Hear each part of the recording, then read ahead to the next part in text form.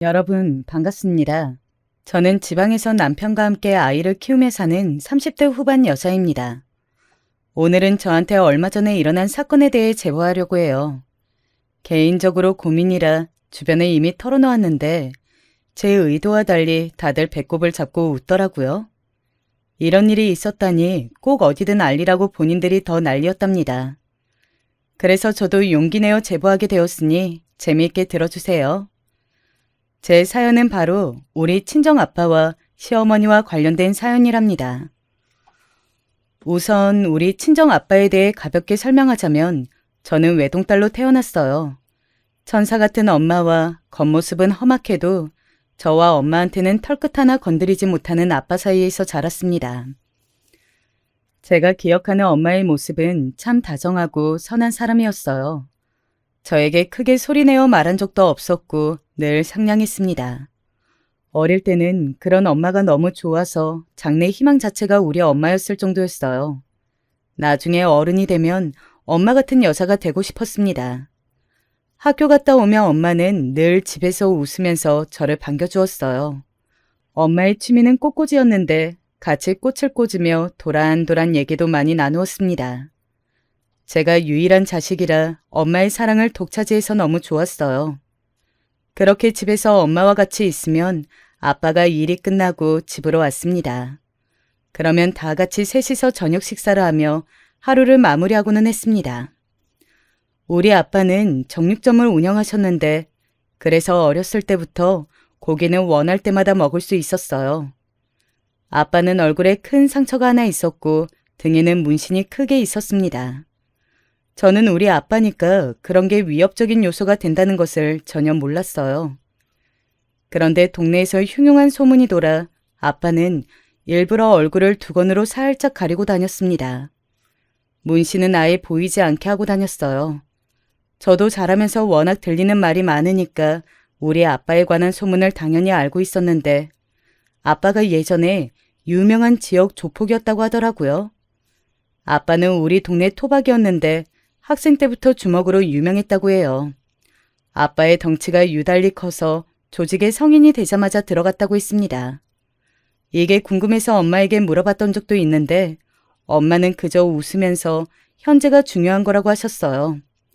뭐가 됐든 저랑 엄마한테는 한없이 다정하고 친절했던 아빠여서 저는 그런 소문이 전혀 상관이 없었습니다. 이렇게 행복했던 우리 집에서 큰 불행이 찾아온 것은 바로 제가 중학교 1학년 때였어요. 저는 아직도 그날의 공기가 기억이 날 정도로 생생합니다. 학교 갔다 왔더니 엄마가 집에 안 계셨어요. 평소 같으면 잘 다녀왔냐고 웃으면서 맞아주셨을 텐데 엄마가 집에 없어 의아했습니다. 잠시 후에 친할머니가 집에 오셨는데 표정이 너무나도 어두웠어요. 친할머니는 어리둥절한 저를 데리고 병원으로 갔습니다. 그리고 저는 거기서 누워있는 엄마를 보게 되었어요. 수진아, 엄마가 아파서 쓰러졌는데 알고 봤더니 많이 아프대. 우리 수진이 엄마가 병원에 있어도 씩씩하게 할머니랑 지낼 수 있지? 엄마가 아파서 미안해. 빨리 나아서 우리 딸이랑 같이 바다에 놀러 가자. 엄마는 집에 있다가 갑자기 쓰러져서 응급실에 가게 되었대요. 그런데 검사했더니 이미 암이 진행되고 있었다고 했습니다. 심지어 말기라서 손을 쓸 수도 없었다고 해요. 전조 증상이 있었는데 대수롭지 않게 넘겼던 게 문제라고 의사가 말했습니다. 엄마가 워낙 아파도 티를 전혀 내는 편이 아니었거든요. 남에게 피해주는 것을 너무 싫어하는 천사 같은 성격이었죠. 하지만 그런 성격 때문에 아픈 것을 늦게 발견하게 되어 슬펐습니다. 엄마는 친정 부모님이 아주 일찍 돌아가셔서 고아인 상태로 결혼했다고 해요. 엄마한테 첫눈에 반한 아빠가 졸졸 쫓아다녀 결혼에 성공했다고 합니다. 아빠가 워낙 사고를 치고 돌아다니고 조폭들이랑 어울려 다니다가 엄마를 만나 정신 차려서 친할머니는 엄마를 그렇게 좋아하셨어요. 엄마가 병원에 입원하고 저는 친할머니와 함께 살게 되었습니다. 아빠는 정육점과 병원을 왔다 갔다 하며 집에 잘 들어오지 못했어요. 우리가 그렇게 엄마를 열심히 간호했지만 너무 슬프게도 엄마는 1년의 투병 끝에 그만 하늘로 가게 되었습니다. 엄마의 장례식 때 아빠가 엉엉 우는 모습을 보았어요. 그게 제가 처음이자 마지막으로 본 아빠가 우는 모습이랍니다. 엄마를 보내고 아빠는 한동안 제가 봐도 너무 힘들어 보였어요. 매일 밤 엄마의 사진을 보며 잠도 쉽게 못 자더라고요. 저도 그때 마침 사춘기 때라 엄마가 너무 그리웠습니다. 자연스럽게 친할머니와 같이 살게 되었는데 그때 아빠에 관한 정보를 몇 개 듣게 되었어요. 알고 봤더니 아빠는 어렸을 때부터 골못대장이었다고 하더라고요. 엄마를 만나 아예 사람이 달라졌다고 할머니가 말씀하셨습니다. 할머니는 죽은 엄마를 많이 그리워하셨어요. 본인이 낳은 딸도 아닌데 길마다 엄마를 많이 챙기셨습니다. 그렇게 할머니는 제가 성인이 될 때까지 아주 건강하셨어요. 엄마의 빈자리를 가득 채워주셨습니다. 너무나도 갑작스러운 엄마의 병 때문에 저는 대학을 간호학과에 진학했어요. 간호사가 되어 아픈 사람들을 돌봐주고 싶었습니다. 실제로 대학생활 내내 할머니가 여기저기 몸이 아프셨어요. 그럴 때마다 병원도 제가 모시고 가고 집에서 간호했습니다. 할머니는 그런 저를 상당히 자랑스러워하셨어요. 저도 할머니가 좋아하니 뿌듯했습니다. 그리고 제가 막 졸업할 때 할머니는 노안으로 별세하셨어요. 할머니가 돌아가시기 전에 저에게 했던 말이 있습니다. 예, 수진아, 너희 아빠 나쁜 쪽으로 빠지지 않게 잘 감시해라. 욱하는 성질 언제 다시 나올지 몰라. 알겠지? 너는 목숨보다 아끼는 딸이라 괜찮지만 사람 일이라는 게 어떻게 될지 모르잖니. 어디 또 조직에 들어갈 것 같으면 그냥 네가 아빠 데리고 어디로 떠나라. 알겠어요, 할머니. 아빠는 걱정하지 마. 하늘에 가서 편히 쉬어. 할머니가 그렇게 좋아하는 우리 엄마 만나서 행복하게 나 잘 사는 거 지켜봐요. 그동안 나 키워줘서 너무 고마워요. 할머니는 그렇게 돌아가셨고 그 뒤로는 아빠와 저와 둘이 살게 되었어요. 저는 사실 학생 때는 공부하느라 할머니가 왜 아빠를 그렇게 걱정하는지 몰랐습니다. 저한테는 너무 상냥했고 다정한 아빠였거든요. 오히려 제가 아빠한테 짜증도 많이 내고 퉁명스럽게 하는 날이 많아 미안했습니다. 그런데 여러분, 제가 어느 날 할머니가 왜 아빠를 걱정했는지 조금은 알게 되는 사건이 하나 있었어요. 그건 바로 제 스토커 때문이었습니다. 할머니가 돌아가시고 취업하기 전까지 시간이 조금 남아 아르바이트를 했던 적이 있어요. 작은 카페였는데 거기 손님 중 한 명이 저에게 호감을 표현했습니다. 하지만 저는 곧 취업할 예정이었고 무엇보다 그 손님이 제 스타일이 아니었어요. 그래서 정중하게 거절했는데 그 스토커는 포기를 모르고 저를 따라다녔습니다. 자꾸 제 앞에 불쑥 나타나서 어느 날부터는 길을 걷다 뒤를 돌아보는 경우도 많았어요. 그리고 이걸 아침에 밥을 먹으며 대수롭지 않게 아빠에게 말했던 날이 있습니다. 그런데 그날 저녁에 또 그 스토커가 저를 따라왔어요. 버스에서 내려서 우리 아파트로 오는데 저를 졸졸 쫓아오더라고요. 너무 화가 나서 그날은 아파트 앞에서 스토커에게 소리를 질렀습니다. 야, 그만 쫓아다녀. 진짜 내가 싫다고 얼마나 말했는데 언제까지 이럴 거야? 왜 싫다는 사람 자꾸 쫓아다니냐고. 한 번만 더 이러면 경찰에 신고할 거야. 알겠어? 수진 씨, 저 진짜 나쁜 사람 아니에요. 제가 행복하게 해드릴 테니까 저랑 결혼해요. 네? 수진 씨, 제발요. 그럼 저랑 카페에서 얘기라도 하면 안 될까요? 네? 스토커는 제가 저리 가라고 소리를 질러도 소용이 없었어요. 오히려 같이 카페에 가서 대화하자고 난리였습니다. 제 손목을 잡고 데리고 가려고 했어요. 주위에서 사람들이 쳐다보는 것이 느껴졌습니다. 너무 곤란해서 진짜 경찰에 신고라도 할까 고민하고 있었는데 바로 그 순간이었어요. 수진아, 야, 이 새끼야, 너 뭐야? 수진아, 너는 집으로 올라가. 가서 문 잠그고 그냥 씻고 있어. 나머지는 아빠가 알아서 할 테니까 올라가. 퇴근하던 아빠가 그런 제 모습을 보게 되었습니다. 그러더니 바로 그 스토커의 손을 제 손목에서 떼어냈습니다. 아빠는 저보고 빨리 위로 올라가라고 했어요. 마침 스토커의 얼굴을 더 보기도 싫었고 주민들이 쳐다보고 있어서 창피했던 저는 바로 아빠 말을 들었습니다. 스토커는 그런 저에게 이름을 부르려고 했는데 아빠가 입을 막아 끝까지 발음하지는 못했어요. 그리고 그 뒤로는 정말 스토커의 머리카락 한 올도 볼 수 없었습니다. 아빠가 어떻게 처리했는지는 저도 모르겠어요. 하지만 그날이 제가 처음으로 본 아빠가 타인을 제압하는 모습이었습니다. 그렇게 저는 아빠 덕분에 스토커 사건이 잘 마무리되었어요. 나중에 어떻게 된 거냐고 물어도 아빠는 그저 미소만 지을 뿐이었습니다. 그리고 저도 바로 취업해서 정신이 없었어요. 스토커 사건 이후에 저는 대학병원에 간호사로 입사하게 되었습니다. 그리고 거기서 남편을 만나게 되었어요. 남편은 병원에서 일하는 행정 직원이었습니다. 제가 신입 간호사라 병원 사무실에 갈 일이 되게 많았거든요. 그렇게 일하다 눈이 맞았어요. 우리는 3년의 교제 끝에 결혼까지 하게 되었습니다. 그리고 오늘 제 사연의 주인공인 시어머니가 등장하게 돼요. 사실 남편과 저는 연애 때도 단 한 번도 싸운 적이 없습니다. 저는 할 말은 다 하는 사람이고 불만 표현을 그래도 꽤 하는 편이에요.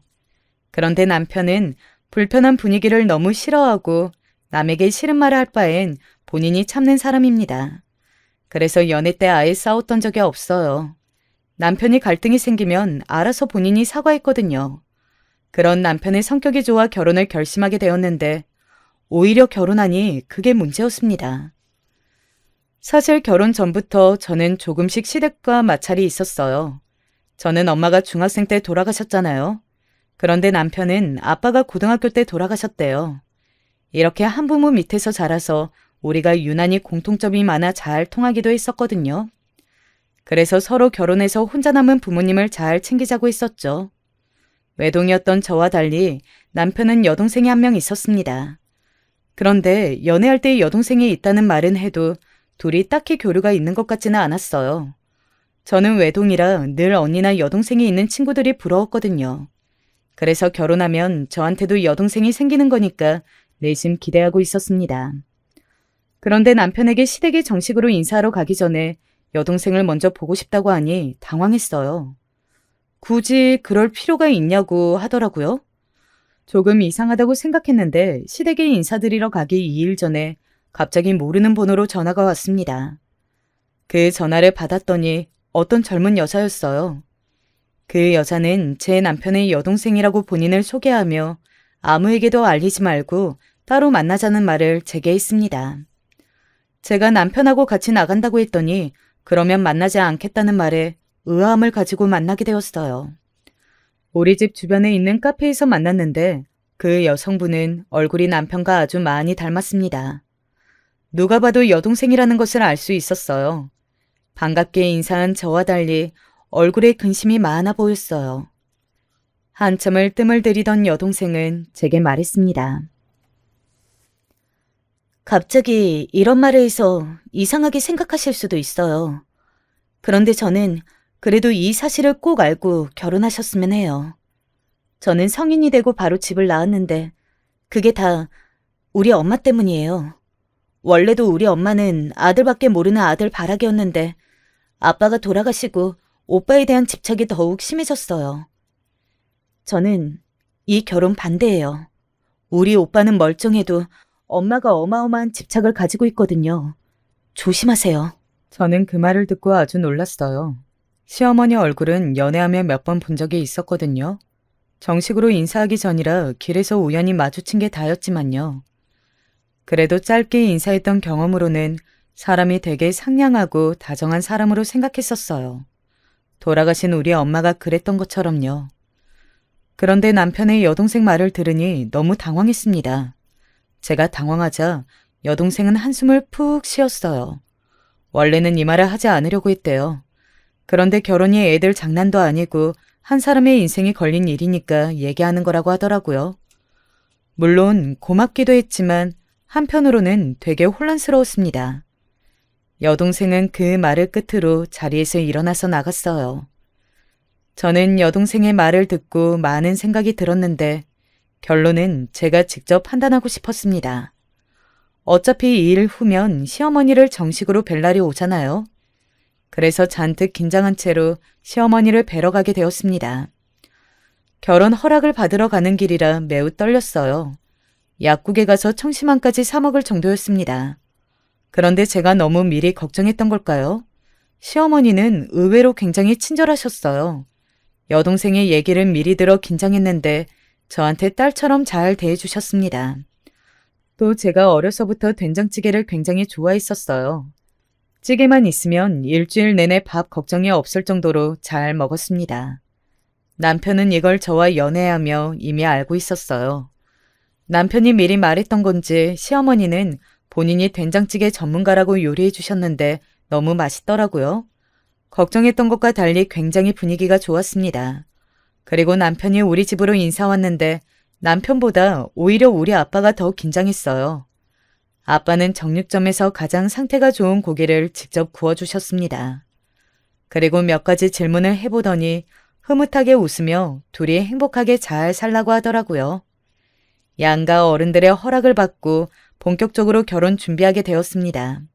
그런데 결혼 준비를 하며 조금씩 시어머니의 아들 사랑이 보였어요. 드레스를 맞추러 갈 때 남편이 갑자기 시어머니도 같이 가도 되냐고 하더라고요.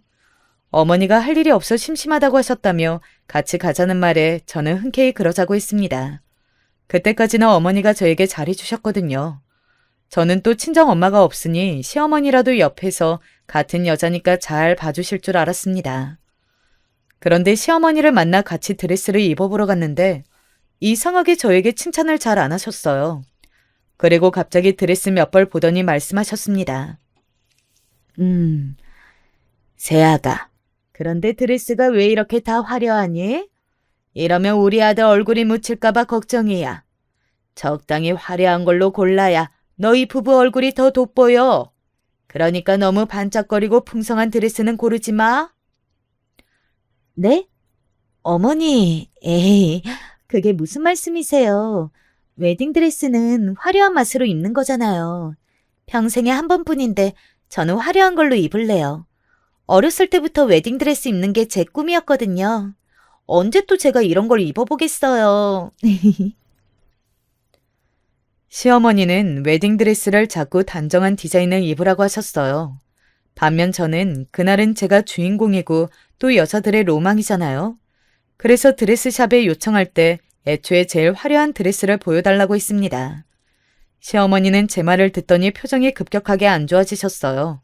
하지만 따로 더 말을 하지는 않으셨습니다. 그래서 그냥 저는 대수롭지 않게 넘기고 제가 입고 싶은 드레스를 입었어요. 웨딩드레스 사건이 끝나고 결혼식 전에 문제가 하나 더 있었습니다. 바로 신혼집이었어요. 남편과 저는 모은 돈과 우리 아빠가 준 돈으로 병원 근처에 전셋집을 하나 얻게 되었습니다.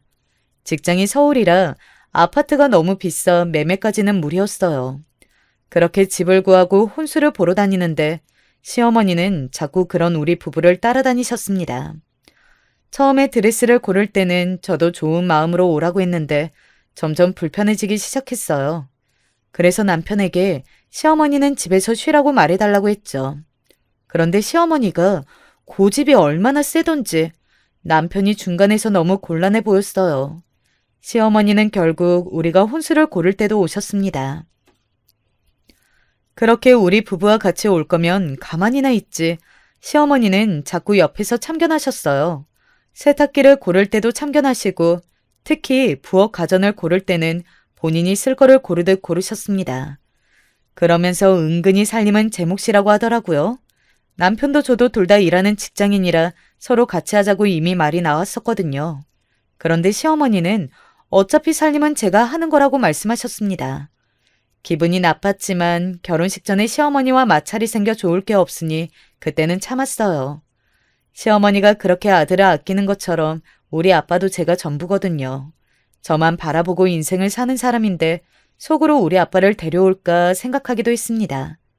그러다 결혼 전에 시어머니와 제가 살짝 갈등이 생기게 되었습니다. 그날은 심지어 결혼식 2주 전이었어요. 갑자기 시어머니가 우리 부부와 저녁 식사를 하고 싶다고 하셨습니다. 남편과 퇴근하고 시댁으로 가서 같이 밥을 먹는데 시어머니가 기가 막힌 말씀을 하셨어요. 저는 처음에 제가 잘못 들은 줄 알았습니다. 너희 유럽으로 신혼여행 가는 거지? 나도 같이 가면 안 될까?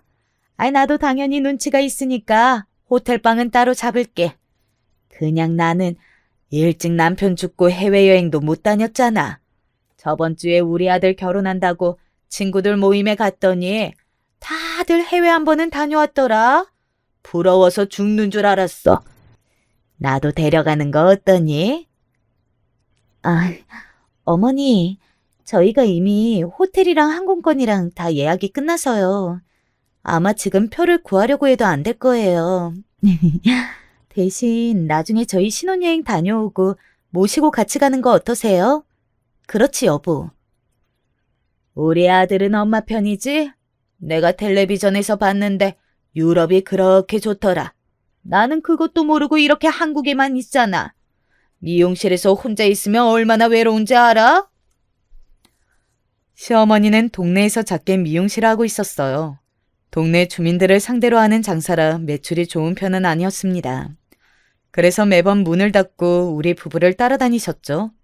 아무튼 신혼여행을 같이 가자는 말에 저는 남편을 바라보았어요. 남편도 시어머니에게 그건 조금 곤란하다고 용기 내어 말하더라고요. 평소에 저런 말을 하지 않는 것을 아니까 저도 놀랐어요. 그런데 시어머니의 다음 행동에 저는 더 놀라게 되었습니다. 남편이 신혼여행은 우리끼리 가겠다고 하니까 시어머니 갑자기 눈물을 보이셨어요. 에휴, 자식 키워봤자 이렇게 소용이 없어. 어휴, 나 같으면 외국 한번 못 가본 자기 엄마 불쌍해서 나서서 데려가겠다. 네가 어떻게 이러니? 아들, 실망이야. 내가 너만 바라보고 산 거 너도 알잖아. 엄마한테 이러고 싶니? 아유, 너무 서운하다. 아유. 아휴, 엄마, 그만해요. 우리가 여행 갔다 와서 따로 모시고 가겠다고 했잖아요. 나도 엄마가 나 힘들게 키운 거 알아요. 그러니까 너무 서운하게 생각하지 말아요. 시어머니는 울고 남편은 그런 시어머니를 달래고 저녁 식사 분위기가 아주 안 좋았습니다. 음식이 입으로 들어가는지 코로 들어갔는지도 몰랐어요. 그렇게 엉망인 분위기에서 밥을 별로 먹지도 못하고 집에 왔던 기억이 나요. 제가 결혼한다고 하고 아빠는 유난히 슬퍼 보였습니다. 물론 결혼 자체는 너무 축하할 일이지만 엄마 생각이 자꾸 났나 봐요. 그날도 지친 몸으로 집에 가니 아빠가 엄마 사진을 보고 혼자 술을 마시고 계셨어요. 하필 시어머니의 엉엉 우는 모습을 보고 아빠를 보니 마음이 더 안 좋았습니다. 아빠는 그래도 씩씩하게 저를 맞아주었어요. 그러면서 밥을 먹었냐고 하더니 고기를 구워주셨습니다. 한밤중에 고기를 먹으며 아빠와 많은 얘기를 나누었어요. 아빠는 제가 언제 커서 결혼하는 건지 감회가 새롭다고 했습니다. 제가 결혼하면 아빠는 진짜 혼자가 되는 거잖아요. 아내도 죽고 엄마도 죽고 딸은 결혼하니까 얼마나 외롭겠어요. 그런데도 전혀 티를 내지 않는 모습을 보며 가슴이 아팠습니다. 결혼해서 우리 아빠에게 효도해야겠다 생각했죠. 신혼여행 사건은 남편이 중간에서 그래도 중재를 해서 그렇게 마무리가 되었어요. 실제로 2주 뒤에 떠나는 일정이라 매우 촉박해서 표가 없기도 했습니다. 그렇게 우여곡절 끝에 결국 결혼식을 올리게 되었어요. 결혼식 날에는 남편의 여동생도 참석했더라고요. 어색하게 인사하고 식을 시작했는데 시어머니는 식 처음부터 울기 시작했어요. 결혼식장에서 신부도 안 우는데 시어머니 혼자 얼마나 울었는지 모릅니다. 사회자도 난감해 보일 정도로 시어머니는 식장이 떠나가라 우셨어요. 우리 아빠를 슬쩍 봤더니 아빠는 조금 당황한 눈치였습니다. 하객들도 웅성거리기 시작했어요. 본인의 사랑하는 아들이 결혼한다니 슬픈가 보다 생각하고 식을 마무리했습니다. 그리고 남편과 정신없이 출국해서 즐겁게 신혼여행을 하려고 했는데 첫날부터 삐거덕거리기 시작했어요. 시어머니는 도착한 우리 부부가 피곤해서 잠자는데 전화가 왔습니다. 남편이 받지 않아 제가 대신 받았는데 시어머니는 잘 도착했냐고 묻더라고요. 해외로 가는 거라 걱정되어 잠을 못 자고 있다고 하셨어요. 그래서 걱정하지 말라고 하고 다시 잠들었죠. 이때까지는 괜찮았습니다. 그런데 신혼여행을 하는 10일 내내 시어머니는 우리 부부에게 전화하셨어요. 그것도 아침, 점심, 저녁으로 하루에 3번을 하셨습니다. 신혼여행을 유럽으로 갔기 때문에 시차가 있었는데 시어머니는 한국에서 시차에 맞춰 전화하셨어요. 무엇을 보고 어떤 음식을 먹었는지 궁금하다고 하셨습니다. 남편은 초반에는 받다가 나중에는 일부러 받지 않았어요. 실제로 여행하며 길을 찾고 예약된 일정을 하느라 매우 바빴거든요. 그랬더니 남편이 받지 않으니까 이번에는 시어머니가 저에게 연락하셨어요. 저도 당연히 받지 않았습니다. 그런 상태로 하루에도 몇 번은 울리는 시어머니의 전화를 남편과 저는 일부러 피했어요. 그리고 여행이 끝나 한국에 도착했습니다. 도착하고 신혼집에서 하루 쉬고 다음날 시댁에 인사하러 갔는데 정말 기가 막혔습니다. 시어머니는 우리 부부가 집에 왔는데 문을 열어주지 않으셨어요. 됐다, 가라. 나는 너희 얼굴 안 보련다. 한국에서 내가 너희가 걱정되니까 전화했는데 어떻게 둘 다 전화를 안 받을 수가 있니? 그렇게 어른을 무시해도 되는 거야, 응? 그래 놓고 왜 찾아와? 당장 꺼져. 너희들이 알아서 잘 먹고 잘 살아라. 아휴, 엄마, 왜 그래요? 우리가 그래도 면세점에서 엄마 주려고 선물도 사왔는데 그냥 가? 그럼 선물은 여기 놓고 갈 테니까 이따 가져가요. 그리고 일부러 안 받은 거 아니고 여행하느라 바빠서 그랬어요. 오해하지 마. 우리 아들은 그랬겠지. 엄마는 우리 아들한테 뭐라 하는 거 절대 아니야. 우리 착한 아들은 엄마 전화 받으려고 했을 거야. 이게 다 새아가 때문인 거 엄마가 모를 줄 알아? 아들, 엄마는 너 믿어. 문을 열어주지 않고 인터폰으로 얘기하는 것도 기가 막혔는데 시어머니의 말은 더 웃겼습니다. 마치 제가 남편을 조종해서 일부러 전화를 받지 않은 것처럼 말씀하셨어요. 분명히 남편이 먼저 전화를 안 받았거든요. 어이가 없어서 가만히 남편을 바라보았더니 남편이 인상을 팍 쓰며 곤란해했습니다. 저는 일단 자리를 뜨고 남편을 데리고 친정 아빠를 보러 갔어요.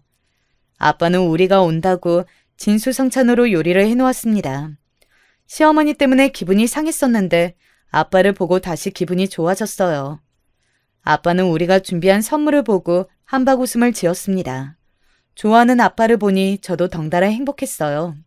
속으로 우리 아빠처럼 시어머니가 행동하면 얼마나 좋을까 생각했습니다. 시어머니는 저러고 남편이 중간에서 노력했더니 나름 마음이 풀리셨어요. 문제는 저는 가만히 있었더니 저에게 화살이 돌아왔습니다. 하필이면 신혼여행에서 돌아오고 일주일 뒤에 시어머니의 생신이었어요. 그 일주일 사이에 남편이 매일 찾아가서 겨우 마음이 풀어진 상태였죠. 시어머니는 저에게 생일 이틀 전에 전화하셨습니다. 그러면서 결혼하고 처음 당신의 생일이니 생일상을 받고 싶다고 하셨어요. 그런데 저는 그럴 수가 없었습니다. 왜냐하면 신혼여행으로 이미 휴가를 써서 또 휴가를 내고 시어머니 생신상을 차릴 수가 없었어요. 저도 일하는 직장인이라 자유롭게 시간을 낼 수가 없었습니다. 만약 제가 집에 있는 전업주부였으면 시간이라도 많을 텐데 그러지 못했어요. 하필 날짜가 게다가 결혼식 직후라 이미 연차가 없기도 했습니다. 그래서 시어머니에게 곤란하다고 했더니 자기는 그런 거 모르겠고 일단 생신상은 무조건 받고 싶다고 하셨어요. 남편에게 말했더니 그냥 됐다고 집 앞에 있는 고급 한정식 식당에 가자고 했습니다. 그렇게 시어머니의 생신이 다가왔고 저는 특별히 백화점 명품관에 가서 선물을 샀어요. 그동안 모은 돈을 결혼식에 지출하느라 돈이 많이 없었는데 그래도 큰맘 먹고 명품 지갑을 샀습니다. 그것을 준비해서 식당에서 만났는데 시어머니는 대놓고 표정이 좋지 않았어요. 본인은 제가 직접 차린 생신상을 받고 싶으셨던 거죠. 어머니, 제가 다음 생신 때는 꼭 직접 차려드릴게요. 이번에는 이미 휴가를 많이 써서 어쩔 수가 없었어요. 간호사라 일 특성상 한 명이 계속 빠지면 다른 사람들에게 피해가 가는 구조거든요. 죄송해요. 됐다. 다른 사람들은 결혼하고 첫 생일에 며느리한테 생신상을 거하게 받던데. 나는 뭐 그런 거 평생 기대 안 하고 살련다. 결혼 전에 그랬던 것처럼 우리 아들만 보고 살 거야. 잔뜩 빚은 시어머니는 정말 밥을 먹는 내내 남편을 바라보았습니다. 남편이 저에게 말을 걸어도 본인이 대답하고 저를 투명 인간처럼 대했어요. 그런 모습을 보며 순간 아가씨가 저에게 했던 말이 머릿속으로 스쳐 지나갔습니다. 그러고 보니 시어머니 입에서 아가씨에 관한 내용을 들은 적이 없었어요. 저는 결혼식을 올리고 나서야 아가씨의 말을 이해하게 되었습니다. 이 생신사건 이후로도 시어머니와 저는 부딪히게 되었어요. 바로 다음 날에 시어머니가 연락도 없이 우리 병원에 찾아오셨습니다. 대학병원에 오신 분들은 아실 텐데 예약을 반드시 하고 오셔야 편리해요. 그런데 시어머니는 갑자기 배가 아프다고 제가 일하는 내과에 와서 다짜고짜 제 이름을 대셨어요. 선배 간호사가 저한테 와서 시어머니가 찾는다는 말을 들었을 때는 저는 믿지 않았습니다. 순간 선배가 저를 상대로 몰래카메라를 하는 줄 알았어요. 그런데 진짜 나갔더니 시어머니가 팔짱을 끼고 저를 쳐다보고 있었습니다. 너무 놀라 어쩐 일로 오셨냐고 했더니 시어머니는 대수롭지 않게 말씀하셨어요. 시어머니가 며느리 일하는 곳에 오지도 못하냐고 오히려 묻더라고요. 저는 최대한 꾹 참으며 상냥하게 말하려고 노력했습니다. 대학병원이라 이렇게 아프다고 무작정 오는 것보다는 예약하고 오는 게 좋다고 했죠. 그런데 시어머니는 들은 척도 하지 않고 괜히 저를 위아래로 훑어보셨어요. 그러더니 아프다고 하는 사람이 너무 멀쩡하게 그대로 집에 가셨습니다. 남편에게 연락해서 시어머니 봤냐고 했더니 그게 무슨 소리냐고 하더라고요. 시어머니는 진짜 제가 일하는 것을 지켜보려고 오셨던 거예요. 제가 이걸 선배 간호사에게 말했더니 일부러 그런 거 아니냐고 하더라고요. 진짜 일하는 게 얼마나 바쁜지 확인하러 온 것 같다는 말에 깜짝 놀랐습니다. 이 뒤에도 시어머니는 제게 하루에도 몇 번씩 전화하셨어요. 너무 웃겼던 점은 남편에게는 전화하지 않았다는 거였습니다. 저는 간호사라 스케줄 근무라 쉬는 요일이 일정하지 않아요. 그런데 시도 때도 없이 요일을 가리지 않고 전화하셨어요. 일하느라 바빠서 받지 않으면 문자를 하셨어요. 언제는 너무 급한 일이 있다고 빨리 연락 달라고 하더라고요. 마침 그때가 남편이 일하는 시간대라 제가 전화했더니 미용실로 와달라고 하셨어요. 그날 제가 아침에 퇴근하고 막 자려고 하고 있을 때라 상당히 난감했던 기억이 납니다.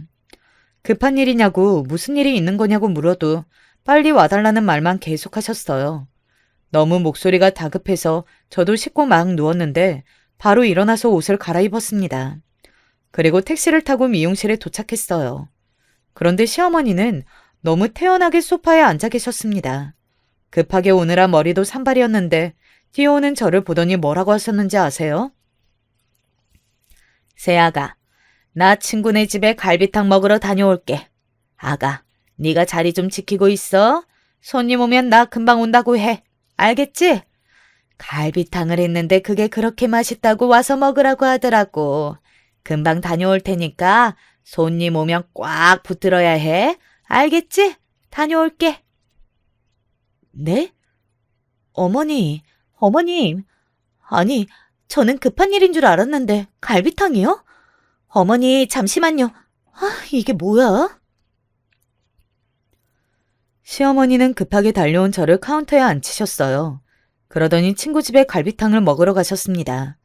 저는 너무 당황해서 순간 무슨 일인가 상황 파악이 제대로 되지 않더라고요. 갈비탕이 도대체 뭐라고 퇴근한 저를 급하게 부를 일인가 싶었습니다. 더욱 화가 났던 것은 시어머니의 태도였어요. 갈비탕을 먹고 4시간 만에 온 시어머니는 태연하게 이쑤시개로 이를 쑤시며 들어오셨습니다. 그동안 손님이 왔냐고 묻길래 한 명도 오지 않았다고 했어요. 그건 진짜 제가 지어낸 거짓말이 아니었습니다. 시어머니의 미용실이 장사가 잘 되는 편은 아니었거든요. 그런데 제가 한 명도 안 왔다고 하니까 시어머니 표정이 굳었습니다. 그러면서 이왕 온 거 계속 마감할 때까지 있으라고 하더라고요. 퇴근하고 제대로 쉬지도 못했던 저는 사양하며 자리에서 일어났어요. 그랬더니 시어머니가 갑자기 본인을 무시하는 거냐고 화를 내기 시작했습니다. 제가 시어머니를 무시했으면 절대 4시간 동안 제대로 쉬지도 못하고 카운터에 앉아 꾸벅꾸벅 졸지 않았을 거예요. 하지만 그런 게 아니라고 아무리 말해도 시어머니는 화를 내기 바빴습니다. 결국 저는 남편에게 전화했는데 전화하는 도중 시어머니는 왜 바쁜 우리 아들을 괴롭히냐고 하더라고요. 똑같은 직장인인데 왜 저는 이렇게 부려먹고 아들은 싸고 도는지 이해가 되지 않았습니다. 이날 그래서 처음으로 남편하고 결혼하고 부부싸움을 한 날이에요. 남편도 본인의 엄마가 도대체 왜 저러는지 이해할 수 없다고 하더라고요. 이 사건 이후로 하필 일주일 뒤가 남편의 생일이었습니다. 그래서 또 시댁의 시어머니를 보러 가게 되었어요. 이 모든 것이 결혼하고 한 달 만에 일어난 일이랍니다. 저는 사실 시댁에 너무 가기 싫었는데 시어머니가 본인 아들 생일이라고 꼭 오라고 하더라고요.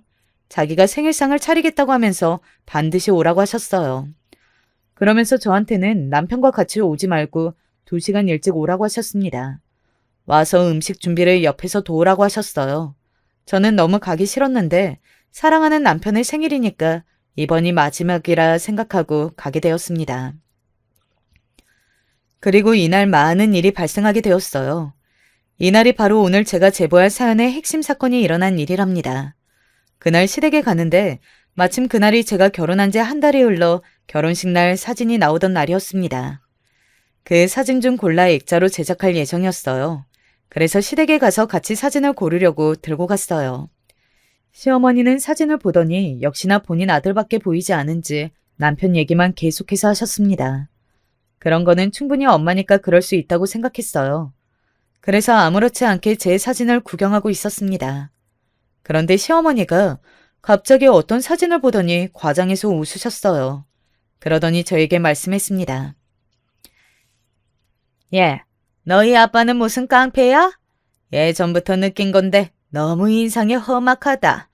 저러고 정육점에서 고기 팔면 사람들이 무섭다고 안 오지 않니? 아휴, 너무 웃겨. 길에서 걷다 마주치면 무서워서 어디 걷겠니? 저는 순간 너무 화가 났어요. 원래 사람에게 본인 욕은 해도 부모 욕은 하면 안 되는 거 아닌가요? 게다가 우리 아빠가 시어머니에게 피해를 준 것도 전혀 없었거든요.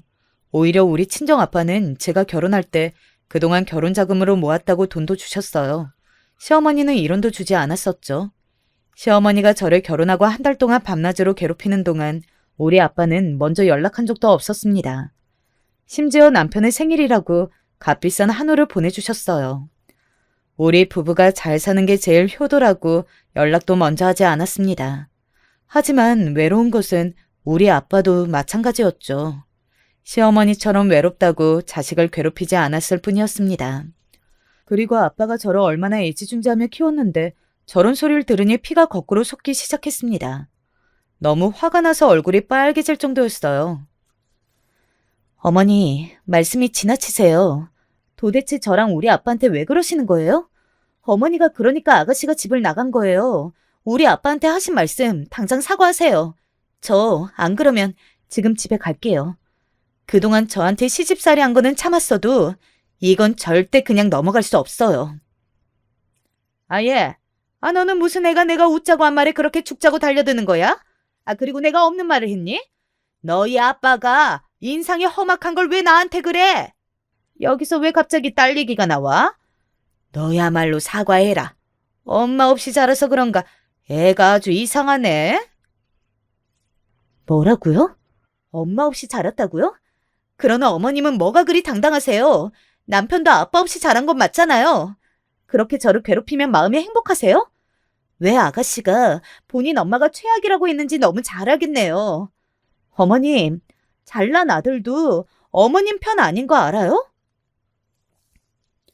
제가 여기까지 말하자 시어머니는 급기야 같이 보던 사진을 저에게 던지셨어요. 저는 사진은 죄가 없으니 집에 가려고 챙기기 시작했습니다. 사진을 챙기고 가방에 넣어 시어머니에게 사과할 때까지 집에 오지 않겠다고 했어요. 그랬더니 시어머니가 글쎄 어떻게 행동했는지 아세요? 갑자기 저를 노려보더니 손을 들어 제 뺨을 내리쳤습니다. 저는 순간 이게 무슨 일인가 이해되지 않았어요. 살면서 누군가에게 맞은 적은 처음이었습니다. 우리 부모님도 할머니도 사랑으로 저를 키우셨는데 제가 시어머니에게 뺨을 맞을 줄은 몰랐어요. 너무 어이가 없고 황당하기도 하고 서러웠습니다. 사람이 너무 당황하면 눈물도 나오지 않더라고요. 그래서 시어머니를 똑같이 쳐다보았습니다. 시어머니는 심지어 한 대 더 때리려고 손을 들길래 제가 잽싸게 피했어요. 다행히 제가 더 젊고 힘이 세서 막을 수 있었습니다. 시어머니는 저보고 급기야 쌍욕까지 하기 시작했어요. 제가 본인의 사랑스러운 효자 아들을 구워 삶았다는 둥 이상한 말도 했습니다. 순간 너무 화가 나서 그대로 남편에게 전화해서 빨리 오라고 했어요. 남편은 마침 오는 중이라 잽싸게 시댁으로 오더라고요. 시어머니는 그때까지 저를 욕하더니 남편을 보자 엉엉 울기 시작했습니다. 바닥에 앉아 땅을 치며 본인의 아들이 여우 같은 저에게 넘어갔다고 하늘을 원망하더라고요.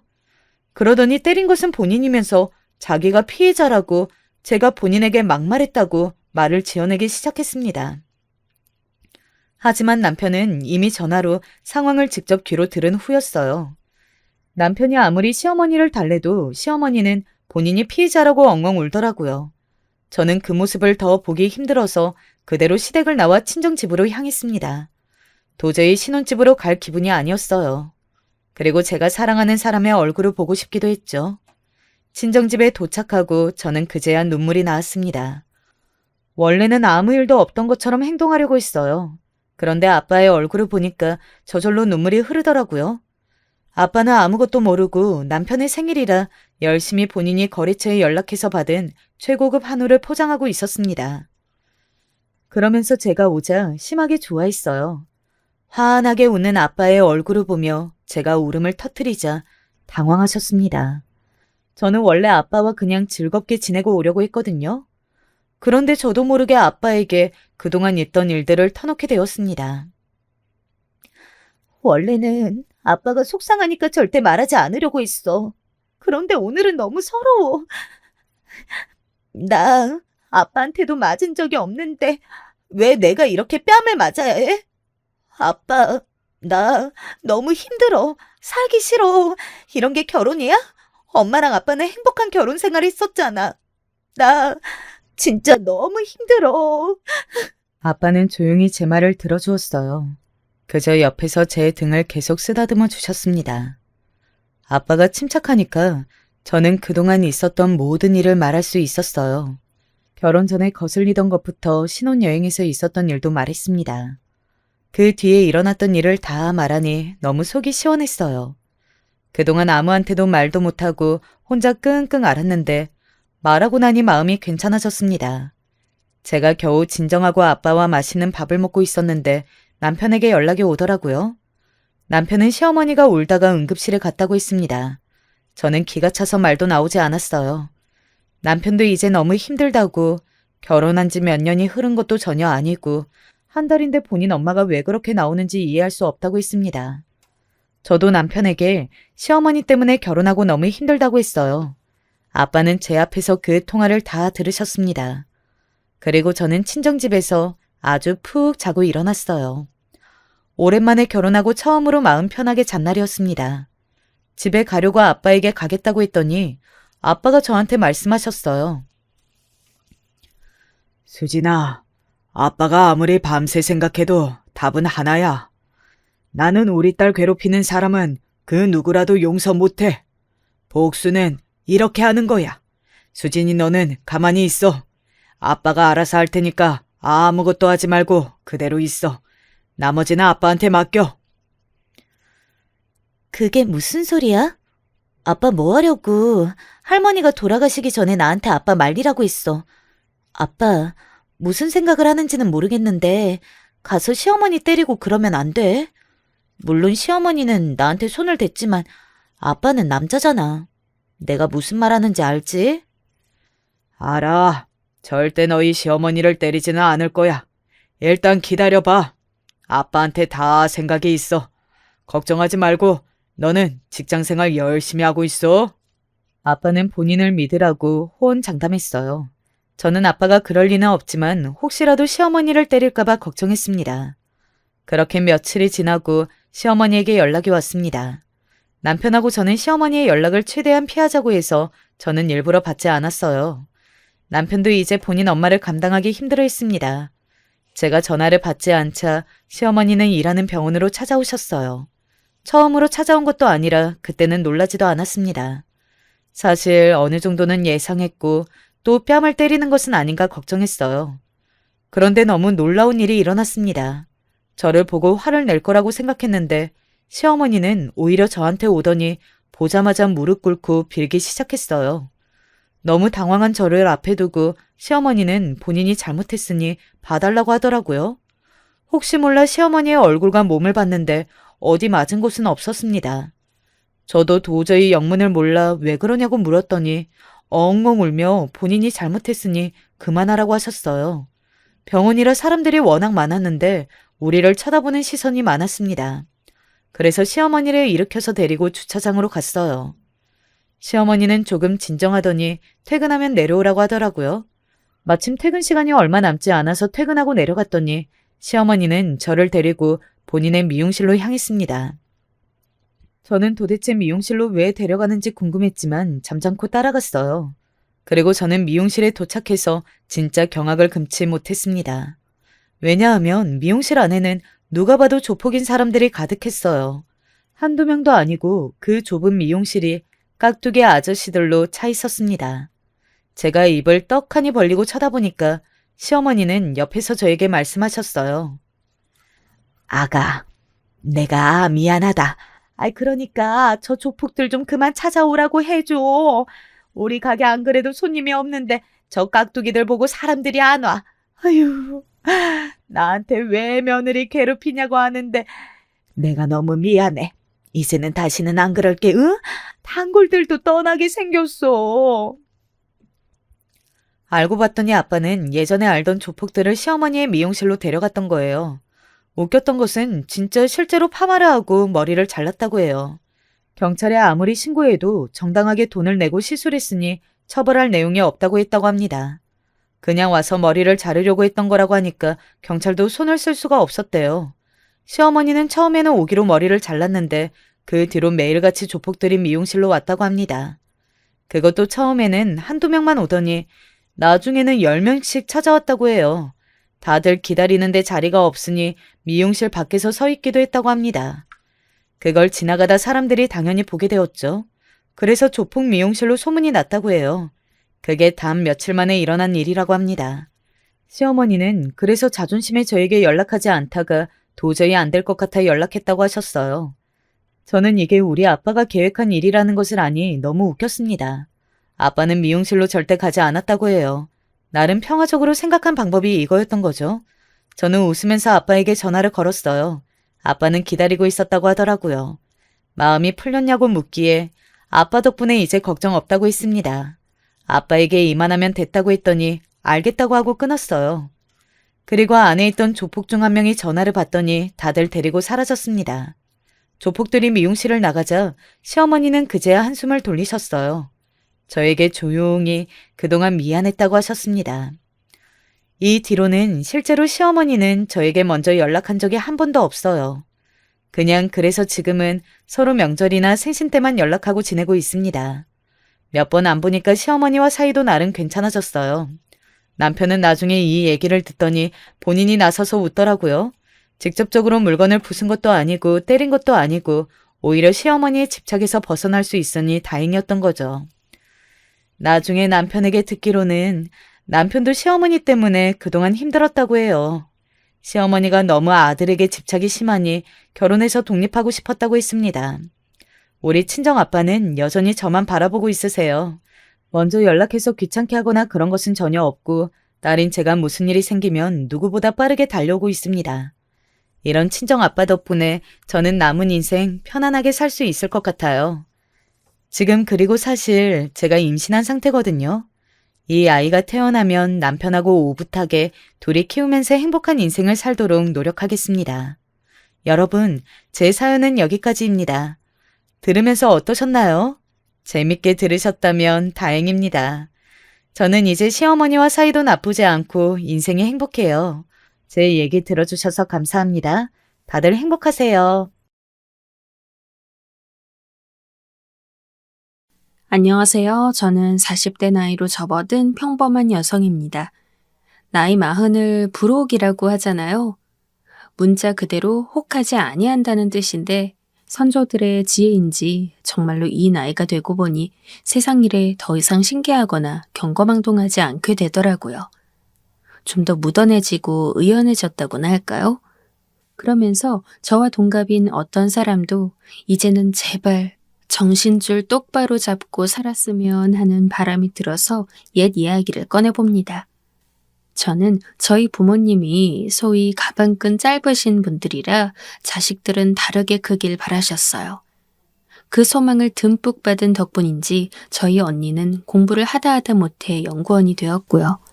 역시 고학력자인 형부를 만나 열심히 학구열 넘치는 가정을 꾸려 살고 있습니다. 저는 오로지 순수한 공부에 매달리는 언니와 달리 갖가지 영역에 호기심이 넘치는 스타일이었어요. 취업을 염두에 두고 명문대의 경영학과에 진학하였으나 바로 복수 전공을 찾아 헤맸었죠. 학교에서 가장 재적생이 많았던 학과답게 항상 사람이 바글바글 했었지만 그래도 특출나면 눈에 띄기 마련이었습니다. 교수도 아닌데 외제차를 몰고 다녀서 금수저니 뭐니 소문이 많았던 남학생과 매 학기 꽈탑을 찍어서 독한 괴물로 소문이 자자했던 여학생은 당연히 서로의 존재를 알고 있었습니다. 워낙 각자 독보적인 캐릭터가 있었으니까요. 그러다 우연한 계기로 밥을 따로 먹게 된 두 사람은 연애를 시작하게 됐고 시간이 흘러서 자연스레 결혼까지 하게 되었습니다. 그렇게 외제차 남학생은 장학금 킬러였던 저의 남편이 되었죠.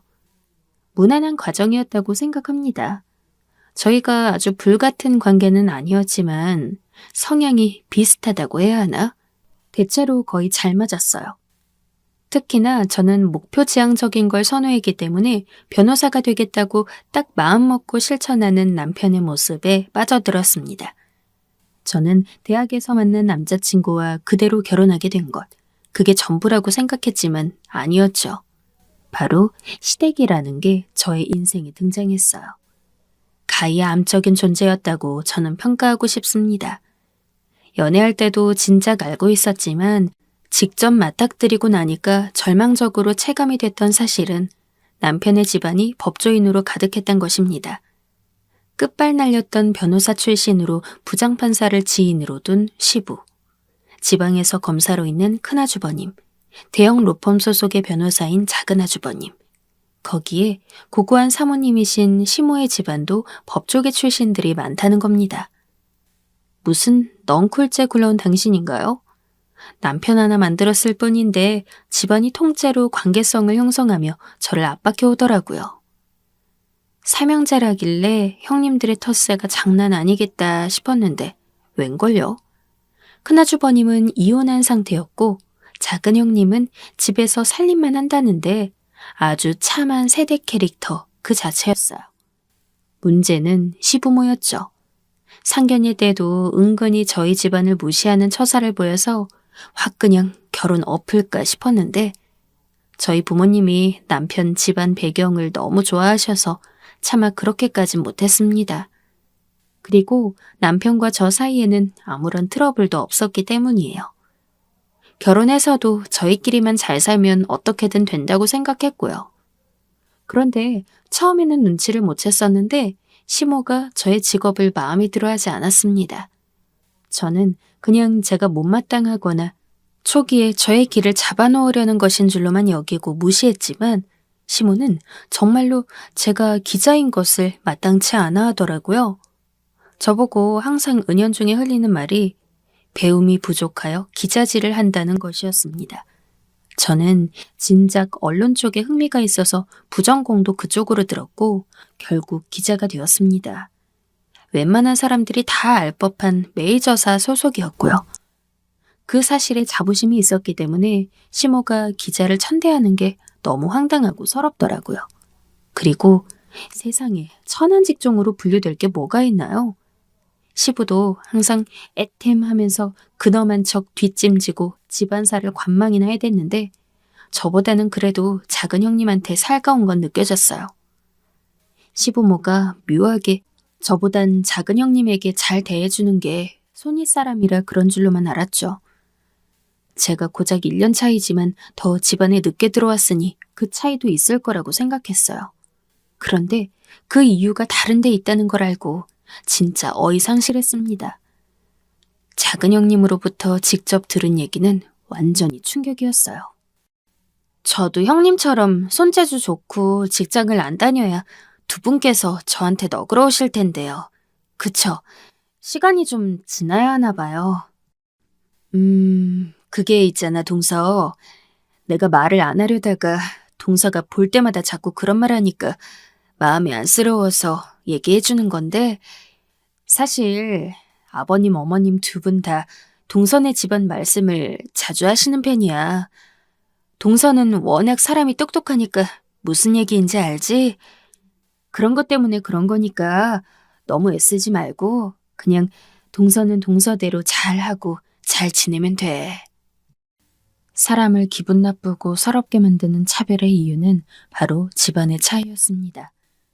공기업 임원을 부모로 둔 작은 형님에 비해 장사하는 저희 집안이 별 볼 일 없다는 것 때문이었어요. 저는 그 이전까지 정말 설마 했습니다. 아무리 그래도 본인들의 표현에 따르자면 명망 높은 집안이 설마 이렇게 치졸하게 굴까 싶었거든요. 혼자 속으로만 에이 아니겠지 하면서 지내왔었는데 다른 사람 입으로 확인 사살 당하고 나니까 수치스러워서 얼굴에 열이 오르는 느낌이었어요. 그때부터 시댁의 정이 털렸네요. 작은 형님과의 사이는 괜찮았지만 작은 아주버님은 잘난 척 심하고 오만한 성격이라 마주칠 때마다 별로였고요. 저를 마음에 들어 하지도 않으면서 사람 괴롭히려는 속셈인가? 안부 전화는 왜 자꾸 제가 먼저 걸라고 하는 건지 시부모의 그 못된 심리는 지금까지도 이해가 안 갑니다. 나중에는 아예 대놓고 저희 친정을 두고 없어 보인다는 표현을 쓰기도 했어요. 집안의 역사가 부족하다는 궤변을 늘어놓는데 화가 나다 못해 그냥 웃겼어요. 시부모의 기준에 따르자면 저희 집안 못 배우고 부족한 거 맞습니다.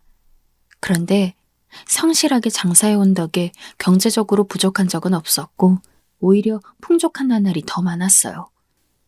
그래서 한 번은 제가 저희 가족들은 사는데 아무런 지장이 없고 문제가 없었다고 하니까 시모가 안타깝다는 표정을 지는 겁니다. 에휴, 너도 참 사람이 먹고 자기만 하면 그게 짐승이게? 품위가 부족하다는 거지 내 말은. 집안의 명예를 건 간판 한 짝이 없는데 당장 주둥이 풀칠만 해댔던 게 뭔 자랑이라고. 확 그냥 저희 부모님 가게 간판 떼다가 시댁 현관에 매다 꽂을까 했습니다. 가게 잘 돼서 3호점까지 있는데 간판 3개면 시부모가 아끼는 정원까지 망칠 수 있을 것 같았거든요. 중간 역할 못하는 건 열받지만 묵묵하게 변호사로서 커리어에 집중하는 남편이 아니었음 이혼 생각 들었을 거예요. 솔직히 연줄 타고 로펌에 들어가면 되는데 혼자 해보겠다고 사무실 차려서 차근차근 시작해 나간 점이 마음에 들었어요. 당장에 대단한 성과를 거두지도 못했고 초기에 자리 잡느라 들쑥날쑥한 업무 시간 때문에 저 혼자 외로이 시댁을 상대해야 했지만 그래도 괜찮았어요. 저는 그렇게 자기 일에 몰두하는 사람이 좋았거든요. 이건 스스로에게도 적용되는 얘기라서 임신을 하고 나서도 일을 놓지 않았습니다. 그깟 기자일이 뭐라고 매달리냐면서 시댁이 거품을 물었지만 무시했습니다. 품위니 격식 타령이나 지겹게 해대는 시부모와 별로 상종하고 싶지 않아서 무슨 헛소리를 하든 한 귀로 듣고 나머지 한 귀로 흘려버리는 경지에 이른 지 오래였죠. 정말 눈에 넣어도 안 아플 딸이 태어난 뒤로는 너무 행복했어요. 제 딸이 콩깍지 어렵게 떼고 쳐다봐도 예쁠 만큼 객관적으로 귀엽게 생겼어요. 지금도 제 눈엔 미모 최고인 딸이지만 아가 시절엔 완전히 공주님이었죠. 시댁도 보는 눈들은 똑같았는지 딸을 워낙 예뻐라 해서 제가 불편한 마음으로도 그 시기에 왕래를 자주 했습니다. 그러던 중에 큰아주버님이 재혼을 할 수도 있다는 얘기를 얼핏 들었거든요. 큰아주버님은 성격 차이로 이혼했다고 남편이 그랬었는데요. 전 당연히 그냥 그런 줄로만 알고 살았고요. 재혼을 하면 그 상대는 어떤 사람이려나.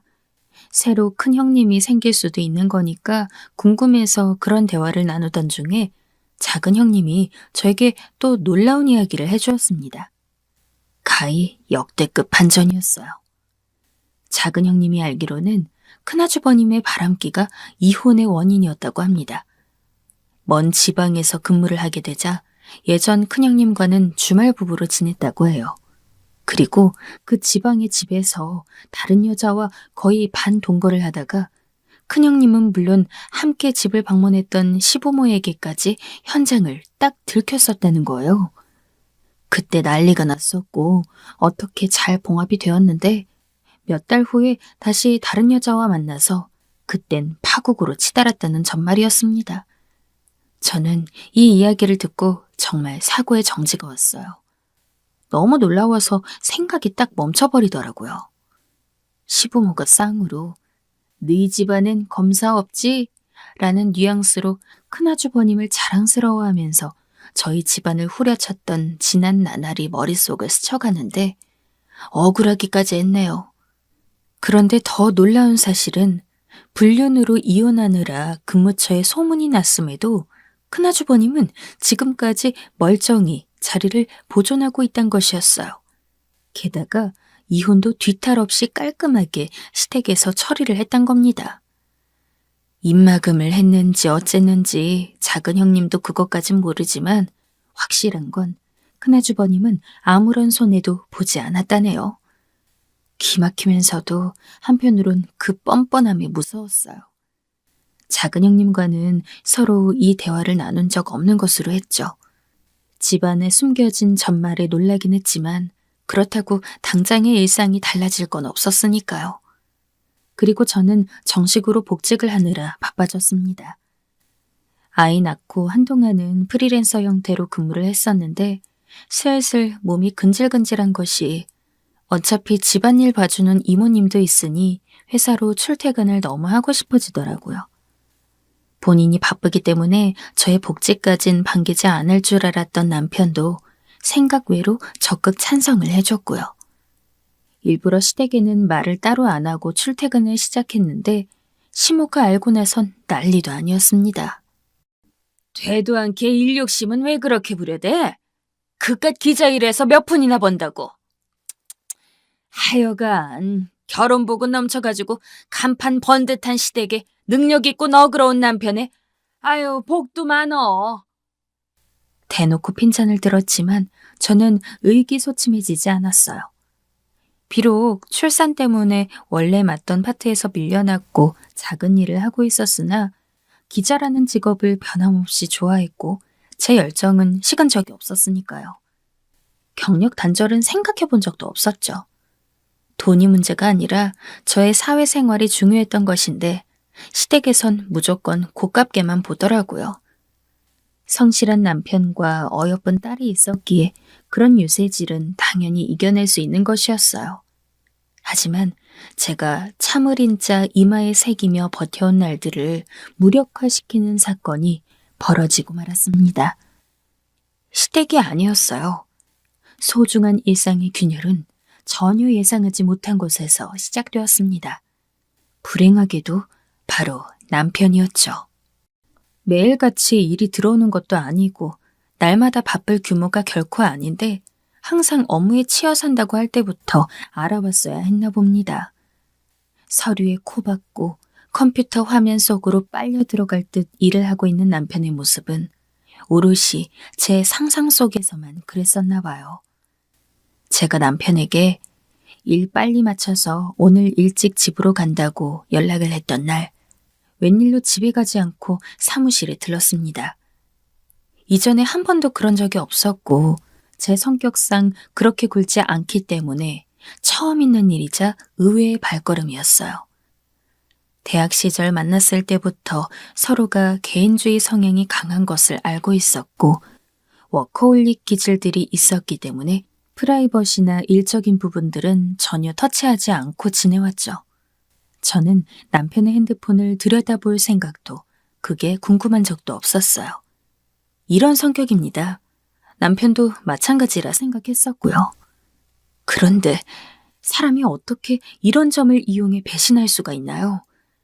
서로를 향한 신뢰를 바탕으로 각자의 영역을 존중한 것이라 여겼는데 그건 저만 그랬었던 겁니다. 웬일로 이상한 바람이 불어서 집으로 가지 않고 불시에 사무실로 향했던 그날 남편이 여직원과 다정하게 탕비실에서 시시덕거리며 나오는 것을 보고 말았습니다. 주제에 누가 갑자기 방문할까봐 내부 탕비실에서 붙어먹었나 보죠. 나란히 나오면서 손을 잡고 있던 두 사람이 사무실 안에 들어와 있는 저를 보고 딱 멈춰 서더라고요. 표정들이 가관이었습니다. 변호사 사무실에 예쁘장하고 젊은 여자 직원. 그 존재를 당연히 인지하고 있었으나 불안의 대상으로 여긴 적은 한 번도 없었어요. 그게 저의 오만이었던 거겠죠. 지금 웬일이야? 집에 간다면서 여긴 왜 있어?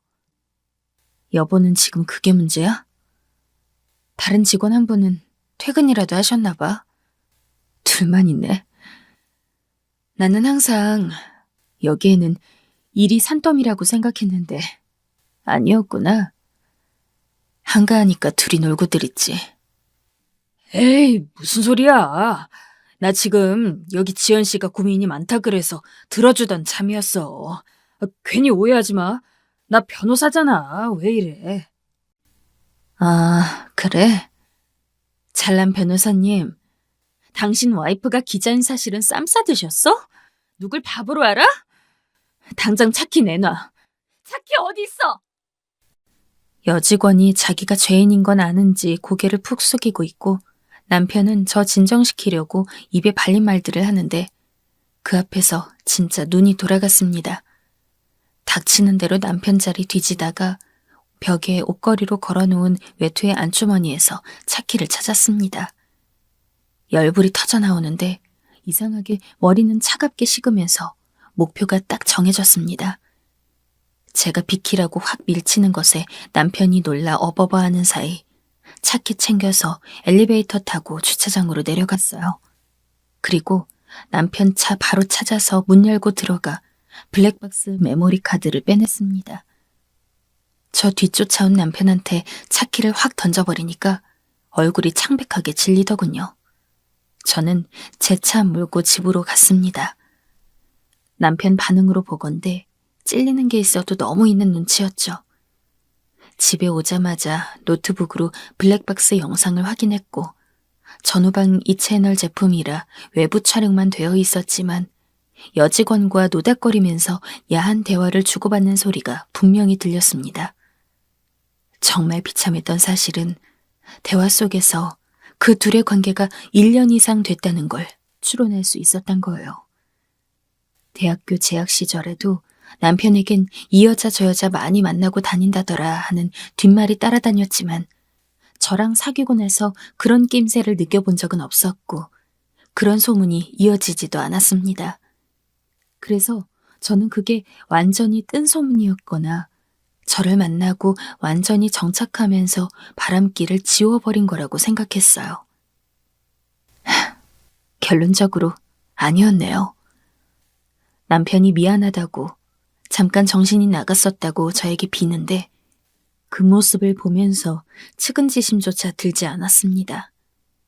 용서, 변명, 아무것도 필요 없었어요. 금쪽 같은 딸아이를 두고 밖에서 나던 사람에게 무슨 구제를 할 수 있단 말인가요? 여직원과 일회성 관계 아닌 거 다 알고 이미 증거 있다고 하니까 갑자기 낯빛을 바꾸면서 저에게 지금 자기를 협박하는 거냐고 되려 윽박지르던 남편.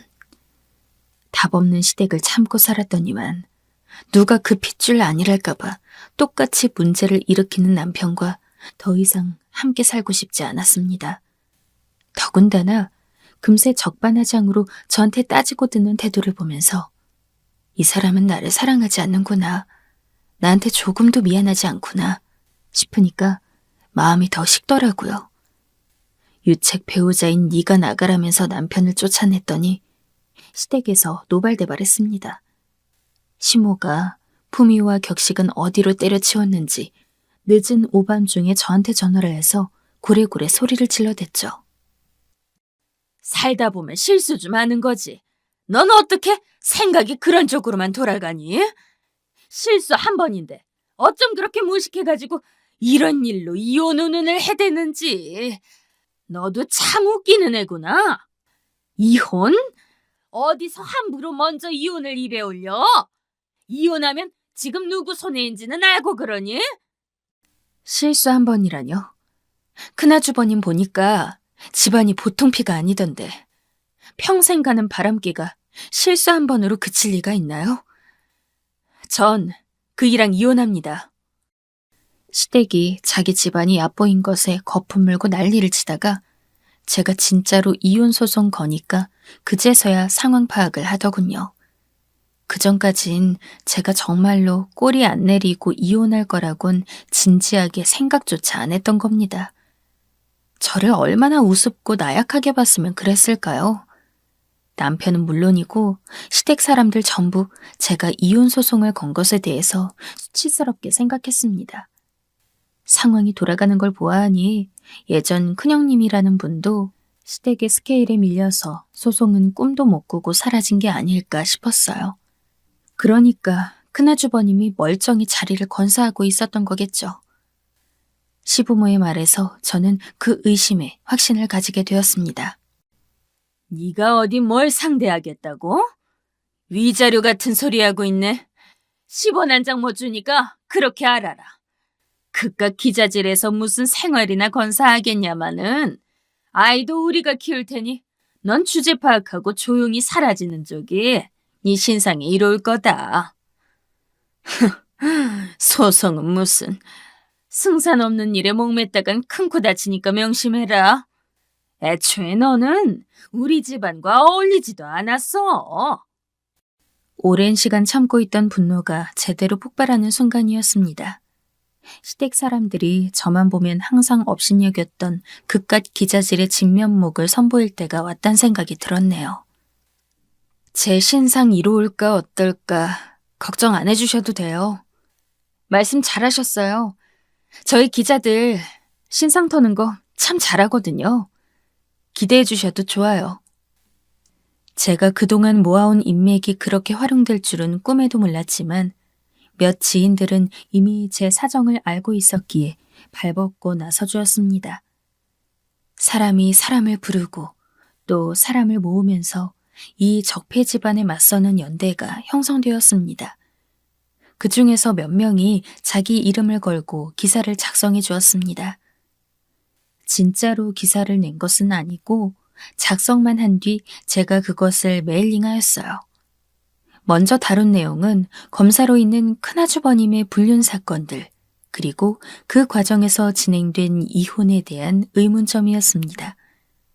스마트하고 인막 넘치는 이미지를 내세운 작은 아주버님이 오직 인맥발로 대형 로펌에 들어갔으며 성과가 없는데도 소속을 유지하는 것에 대한 취재도 있었고요.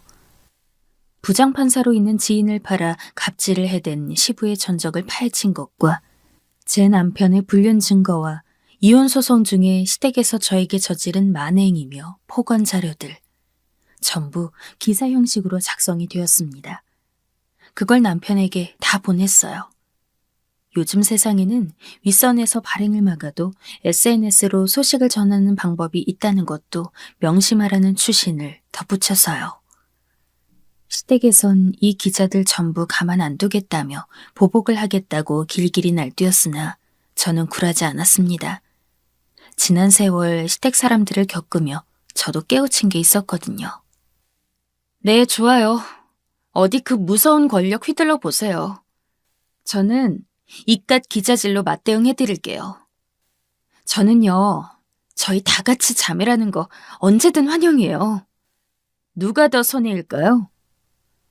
저는 제 기자 인맥으로 시댁 집안 전체를 폭파시킬 자신이 있고 분명히 그럴 의사가 있음을 전달했습니다. 어디서 천박하게 협박질이냐며 길길이 날뛰던 시댁은 결국 제 예상대로 오래지 않아 꼬리를 내렸습니다. 시댁 집안이 그럴 능력이 부족해서였을까요? 아닙니다. 절대로 아니에요. 충분히 저를 힘으로 찍어 누를 수 있었고 자칫하면 저의 일에 나서준 기자들까지 크든 작든 피해를 입을 수도 있었습니다. 하지만 시댁은 그렇게 하지 않았어요. 그만큼 집안의 명예에 겉으로 드러나는 흠집을 남길 수 없었던 거예요. 안 입고 온 며느리와 그 일당들이 날뛰는 것보다 법조인 집안의 품위가 상하는 게 더 싫었던 겁니다.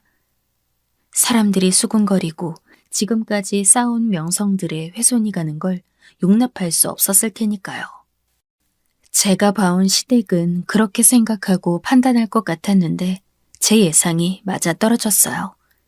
그 잘난 명예 타령이 결국은 저에게 도움이 되었고 그깟 기자질이라며 그렇게나 저를 후려치더니 기자들이 똘똘 뭉친 것에 시댁은 큰 코를 다쳤네요.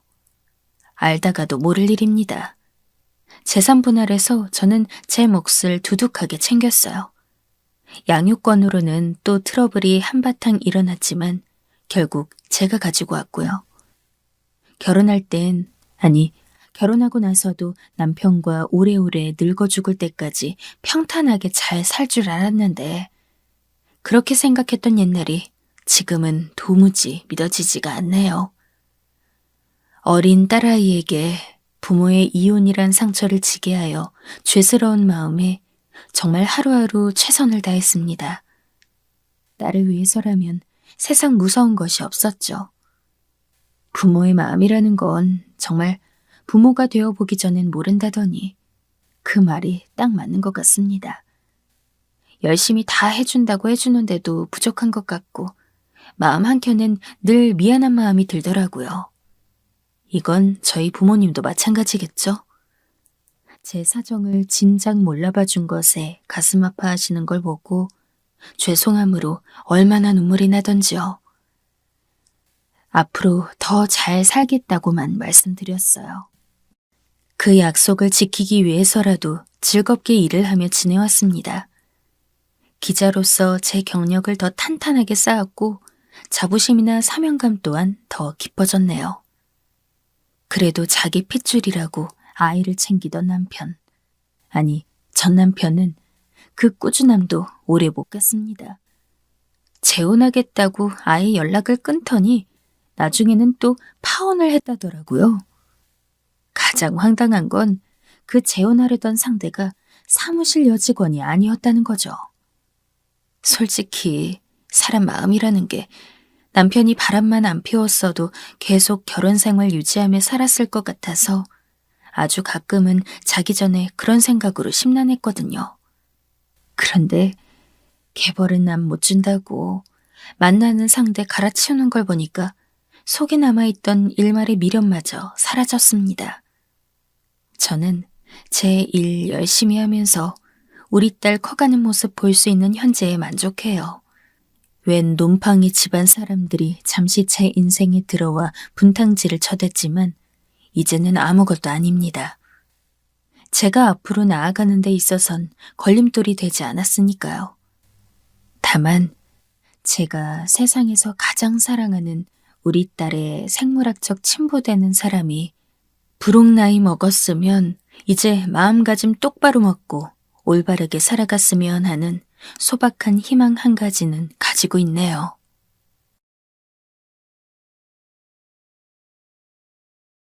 살다 보니 본인 나이가 30대 후반쯤 넘어가게 된다면 어쩔 수 없이 조금이라도 노화를 체감하게 되는 것 같아요.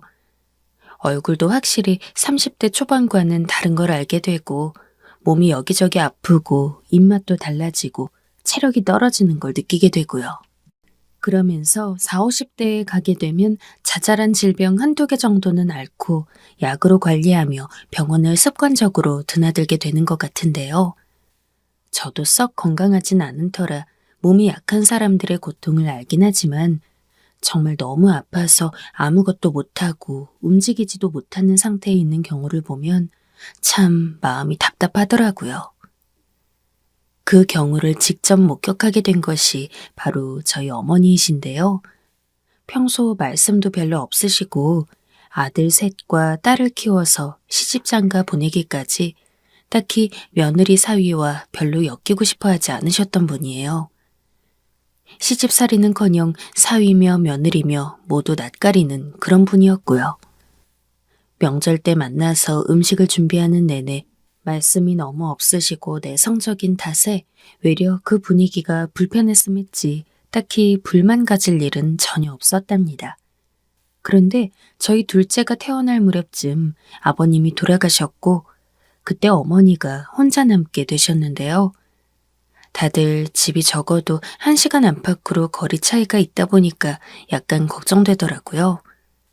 왜냐하면 저희 엄마는 그보다 전에 그런 케이스가 되셨을 때 제가 수시로 들여다보고 했었거든요. 그때 우리 엄마임에도 불구하고 애들 케어하며 따라다니기 힘들었는데 이제 시어머니가 그리 되시니까 어찌해야 할지를 몰랐어요. 그래도 큰형님네가 한 40분 정도 거리였고 저희보다는 더 가까우신 편이라 좀 들여다보지 않을까 했는데 제가 너무 좋은 쪽으로만 생각했던 것일까요? 어머니가 혼자 있게 되실 무렵부터 큰형님은 이미 딱 못을 박아 말씀하시더라고요. 그 말씀에 평소 어머니를 닮아 별로 말이 없던 신우까지 좀 화가 나서 목소리가 커지게 되었어요. 저기, 나 미리 말해두는 건데 동서들도 잘 듣고 고모도 잘 들으세요. 아시다시피 우리 준현이 수험생이잖아요. 내가 아주 얘 때문에 머리 싸매고 쫓아다니느라 똑같이 수험생의 인생을 살고 있다고요. 둘째 용현이도 지 형이랑 2살 차이라 입시 준비로 바쁘고요. 혹시나 저보고 그나마 집 가깝다고 어머니 자주 들여다보라고 말하지는 마셔라 이거예요. 아시겠죠들? 내심 저도 생각은 하고 있었고 신우이의 생각은 어땠는지 모르겠지만 미리 이렇게 통보하듯 발을 빼는 말을 들으니까 기분이 좀 좋지 않더라고요. 하물며 딸인 신우 입장에서는 그 말이 더 불쾌했는지 바로 따지기 시작했어요. 아니 언니, 내가 뭐라고 했어요? 그리고 여기 사정되고 여유 있어서 들여다볼 사정이 되는 사람들 앞에서 말하는 것도 아니고 나나 작은 올케나 다 애 키우는 사람들이에요. 어른이 나이가 들어서 몸이 안 좋다는데 그거 하나 그렇게 짐짝처럼 여기고서 이렇게 대뜸 말하는 게 어디 있어요? 올케 언니네 친정엄마래도 그렇게 말할 거예요? 저도 올케지만 우리 친정에선 신우 입장이라 그런지 이런 말이 그렇게 썩 틀리게 느껴지진 않았죠. 막말로 어머니를 매일 찾아뵈라는 것도 아니고 일주일에 한 번이나 2주일에 한 번 정도는 반나절 들러보잔 식으로 얘기를 하고 있었는데 그게 그렇게 힘든 얘기 같진 않았거든요. 그런데 이때 큰형님이 너무 말을 얄밉게 받아치시더라고요.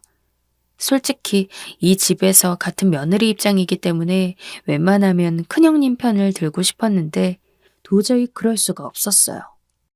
어머, 여기서 저희 친정엄마가 왜 나와요? 막말로 우리 엄마 아프다고 고모랑 무슨 상관이 있어요? 그건 우리 집 일이니까 내가 알아서 할 일인 거지. 잘 있는 저희 친정엄마를 왜 끌어다가 여기에다 비교를 한대요? 하여간 우리 고모는 참 재밌는 분이야. 아무튼 저는 좀 빼달라 이거예요. 동서들 둘이랑 고모가 좀 수고를 하세요. 전 얘네 아빠하고 이 문제 가지고 한바탕 난리 나서 이혼하네 마네 말이 나오고 있는 와중이니까 더 분란 안 나게 미리 말해두는 거라고요. 아시겠죠? 여기까지 듣고 나니까 진짜 입이 쩍 벌어지더라고요. 저도 모르게 작은 형님 얼굴을 봤는데 작은 형님도 좀 놀라셨는지 똑같이 절 보시곤 고개를 절레절레 흔드시는 거 있죠? 거기서 신우는 듣고 부들부들해서 화를 못 참고 있었는데 큰아주버님과 무슨 이혼 말이 나올 정도로 심각하네 하고 바로 얘기를 못 잇게 끊어버리니까 더 말을 못 하시더군요. 솔직히 이건 좀 비겁한 것 같았어요. 본인이야말로 부부 사이의 일을 왜 밖으로 끌고 와서는 우리 이렇게 심각한 상황이니까 너네가 한마디 더 하면 진짜 무슨 일 날 거다. 그러니 귀찮은 일 나 시키지 말라 이런 거잖아요. 저는 우리 엄마임에도 불구하고 왔다 갔다 하는 거 쉽지 않았는데 시어머니 챙기는 건 역시 쉽지 않은 것은 알지만 말 맞다나 여기에 그게 편해서 하는 사람이 어디 있겠냐고요. 신우는 진짜 기함을 토하는 얼굴로 꾹 참고는 그냥 나가버리더군요. 결국 저와 작은 형님, 신우만 따로 단톡방을 만들어서 스케줄을 짰고 신우가 한 달에 2번 들르고 우리는 각 첫 주나 마지막 주에 한 번씩 들려서 어머니와 시간을 보내는 것으로 했어요. 그런데 이런 와중에 사건이 하나 터지게 되었는데 보통 우리가 주중보단 주말이 시간이 되었으니 전부 그쯤으로 몰아서 어머니께 들르게 되어 있었거든요. 그런데 우리가 평소 들르지 못했던 주중에 어머니께서 계단에서 굴러 넘어지시는 사고를 당하게 된 겁니다. 평소 허리도 안 좋고 여기저기 약하신 분이 빌라 계단에서 구르게 되어서 그대로 차가운 바닥에 누워 계셨던 거예요. 사람 왕래가 그 시간에 많지 않다 보니 쉽게 발견되지 않으셨고 계속 끙끙거리며 계시던 중에 지나가던 택배 아저씨가 뛰어오셔서 도와주셨나 보더라고요. 가뜩이나 어머니를 안쓰럽게 생각하며 늘 마음 썼던 남편은 한사코 괜찮다며 가보라는 어머니의 손을 못 놓고 있더군요.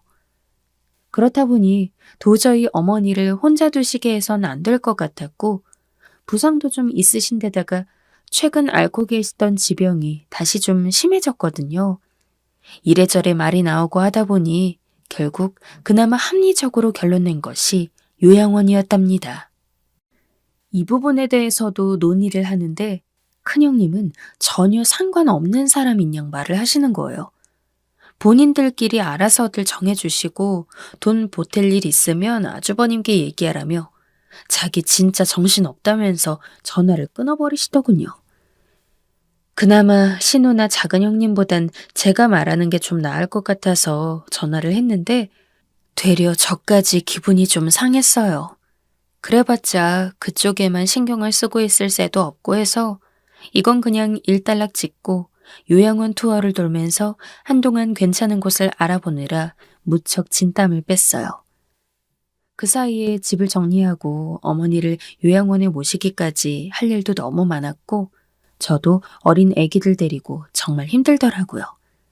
그나마 작은 형님이 일을 나눠서 본인이 어머니를 일주일 정도 모시고 있기도 했고 신우도 2주일 정도 모시는 등 돌아가면서 이런 상황들을 나눴어요.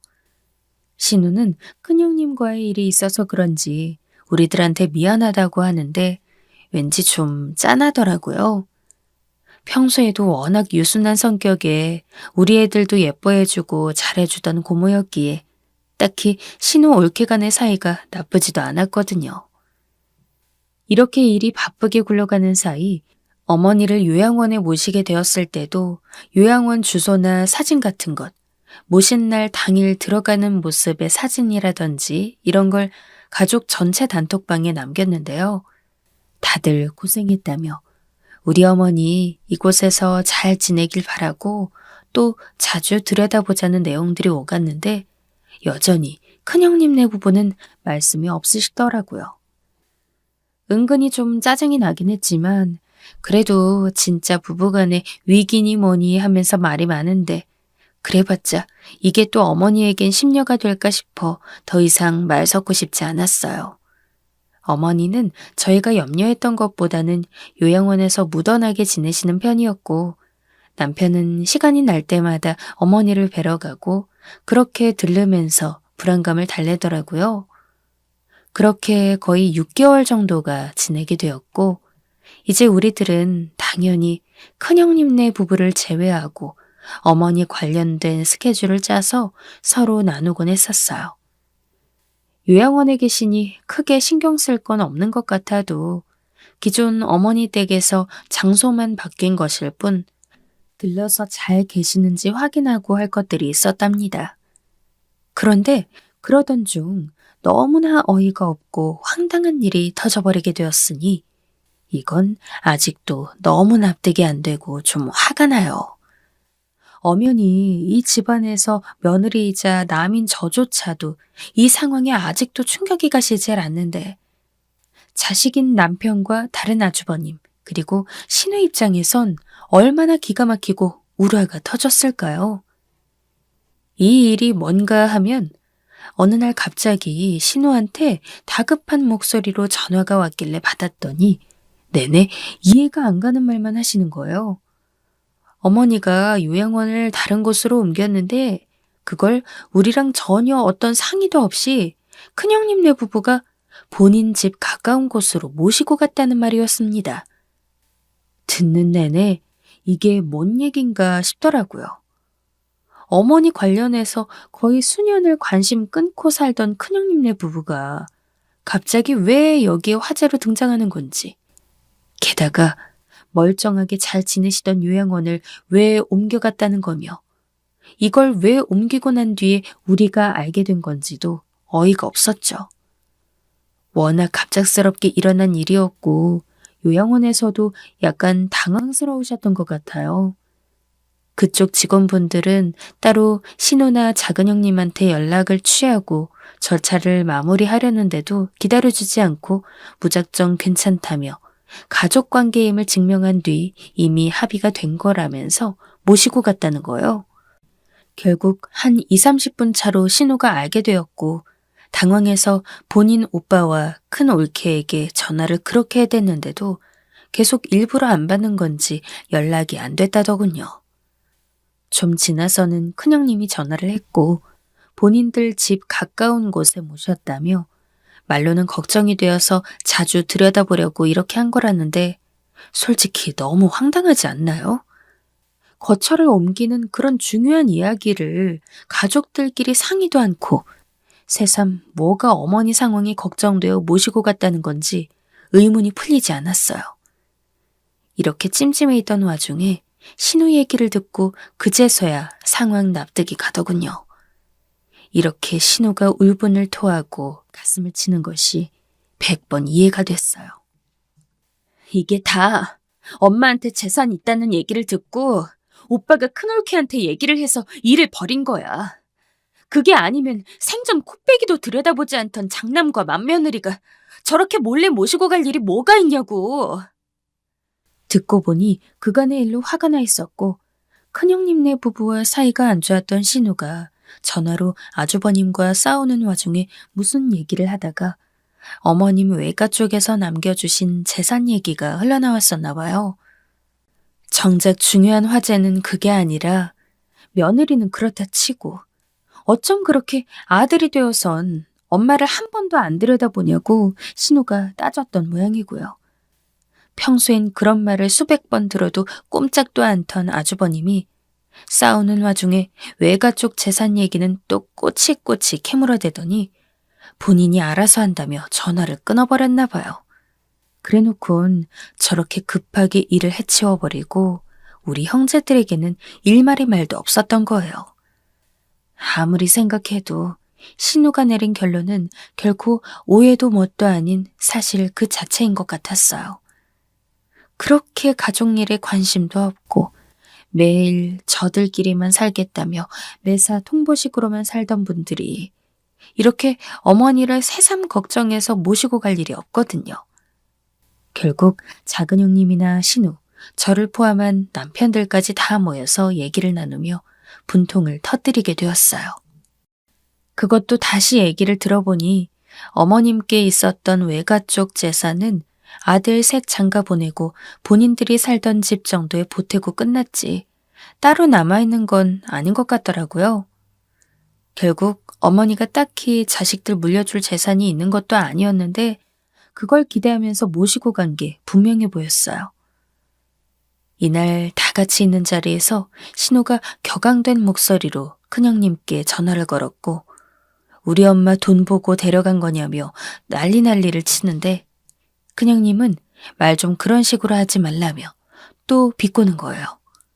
그 말에 저희 남편이 전화기를 낚아채더니 이렇게까지 분노하는 모습을 처음 볼 정도로 거세게 몰아붙이더군요. 형수님, 형도 그렇고 진짜 그러시면 안 됩니다. 지금 뭐 하시는 겁니까? 돈 보고 아님 뭐예요? 그 돈 우리 형제들 시집장가 다 보내고 엄마한테 남아있지도 않은 돈이에요. 형은 그게 언제적 재산인데 왜 그쪽으로는 생각을 못하는 거예요? 바보래요? 정말 돈 때문에 엄마 모시고 간 게 아니면 지금 엄마한테 땡전 한 푼 없는 거 알고서도 계속 모시겠다는 얘기인 거죠? 진짜 노인네 하나 두고 대체 뭔 짓거리들을 하시는 겁니까? 네? 이 싸움은 결국 남편과 큰형님과의 싸움으로 이어지게 되었고 저쪽에선 전화기가 결국 큰아주버님께 넘어가면서 막말과 고성이 오가게 되었어요. 보고 있는 저희조차도 피로할 지경이었으나 남편이 울먹거리며 발을 쾅쾅 구르는 걸 보니까 또 너무 안 됐더군요.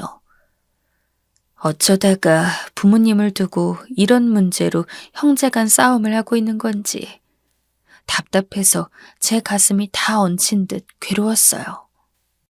결국 이 상황이 어떻게 마무리되어진지 아시나요?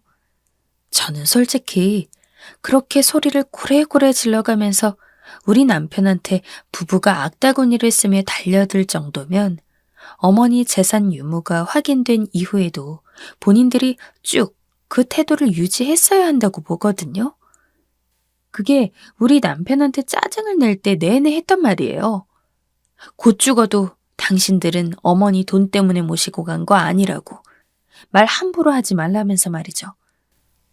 그래놓고 나중에 우리 남편과의 통화가 찝찝했던지 다시 외가 쪽에 연락도 하고 어쩌고 하면서 자기들끼리 또 확인을 했나 봐요. 어머니로부터 본인들에게 떨어질 만한 게 정말로 없다는 것을 알아서 그런지 글쎄 금방 다시 어머니를 모시고 온 거 있죠. 그것도 차마 우리 남편과 난리쳤던 것 때문에 찔려서 그랬는지 신혼에도 우리 집도 아닌 작은 형님네 전화에서는 모셔다 드리고 갔다는 거예요. 작은 형님도 너무 어이가 없고 기막혔지만 결국 어머니가 너무 고생하시는 셈이 되니 그냥 더 묻지 않고 어머니를 안으로 모셨다고 하더군요. 얼마나 인간들이 치졸하고 졸렬합니까?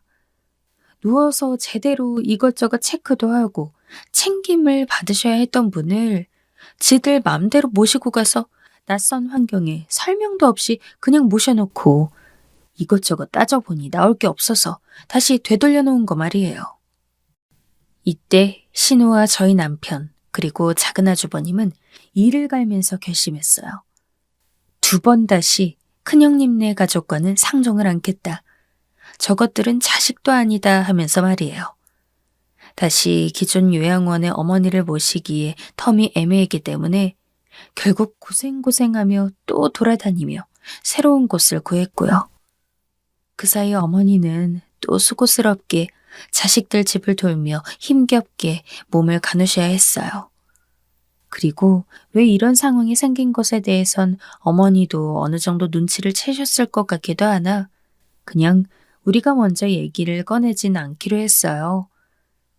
어머니께서 무슨 생각을 하시는지는 모르겠지만 먼저 묻지도 않으시더라고요. 일단 몸이 너무 힘들고 고생스러우시다 보니 그쪽까지는 생각을 못 하시는 것 같기도 했어요. 그 사이 저도 둘째가 좀 크고 이런 일들이 있는 사이에도 어찌어찌 애들은 계속 자라고 있으니 손 쓸 일은 여지없이 늘어나더라고요. 그렇게 몇 달이 지나고서야 우리도 좀 안정이 잡혀 각자의 가정에 좀 몰두하게 되었는데 꼭 잊을만 하면 이렇게 사람 속을 뒤집고 엉뚱하게 건드는 사람이 우리 가정에만 있는 걸까요? 남들도 그런 지인이나 가족이 꼭 있는 건지 저희만 그런 건지 진짜 답답하고 속이 터져요. 글쎄 발신번호에 큰형님 번호가 떠서 너무 놀랐지 뭐예요? 대체 왜? 뭔데 전화를 한 건가 싶어서 받지 않았어요. 그리고 넘겼는데 좀 지나서 카톡이 따로 온 거예요. 할 말이 있어서 그러니 전화를 좀 받아보라면서 말이죠.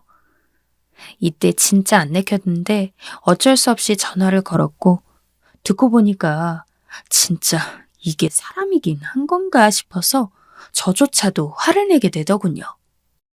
아, 동서, 잘 지냈지?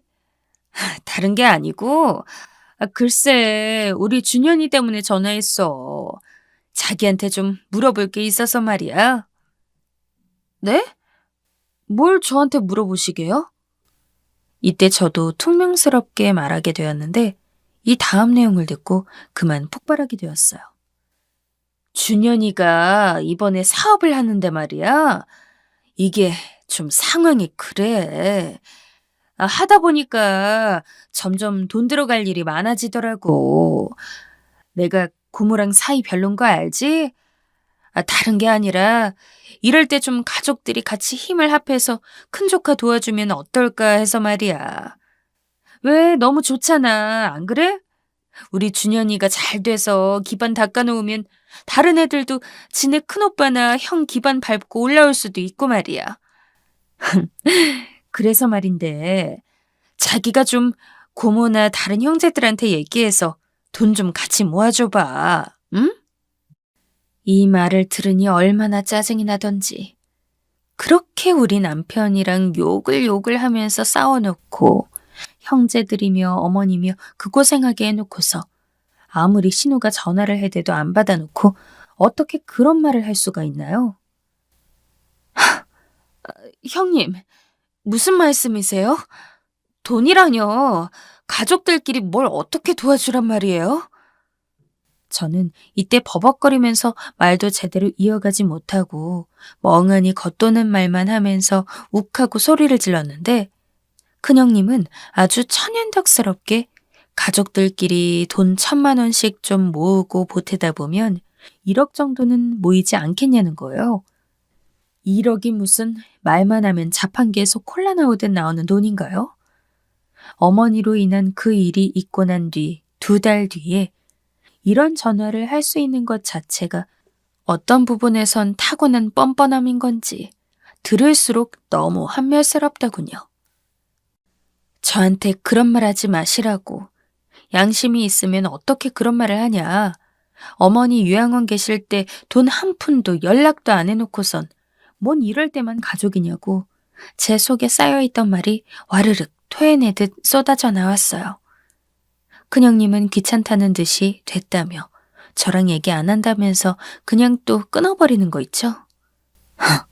너무 어이가 없어서 작은 형님과 신우한테 이 사실을 알렸더니 평소 웬만하면 그냥 받아들이려던 작은 형님께서 폭발하셔서 난리를 치기 시작하더라고요.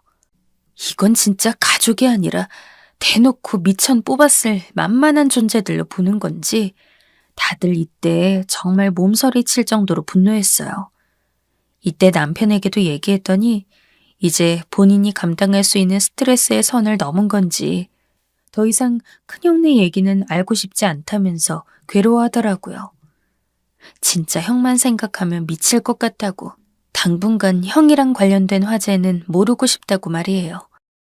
어쩌다 상황이 저렇게 흘러가게 된 건지 저도 그냥 더 이상 말을 않기로 했어요.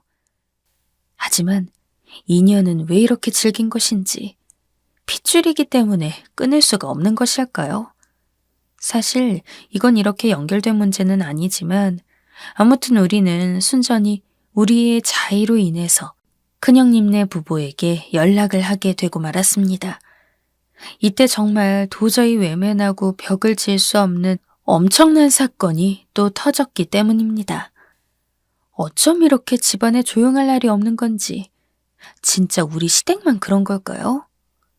글쎄, 큰형님네 아들인 준현이 그러니까 바로 앞전에 얘기해서 사업한답시고 고모랑 작은아빠들이 돈 좀 보태주라고 했던 그 조카 말이에요. 그 애가 글쎄 이유가 뭐 때문인진 정확히 모르겠는데 뭐가 그렇게 힘들었는지 자기 집에서 극단적인 선택을 했다는 거예요.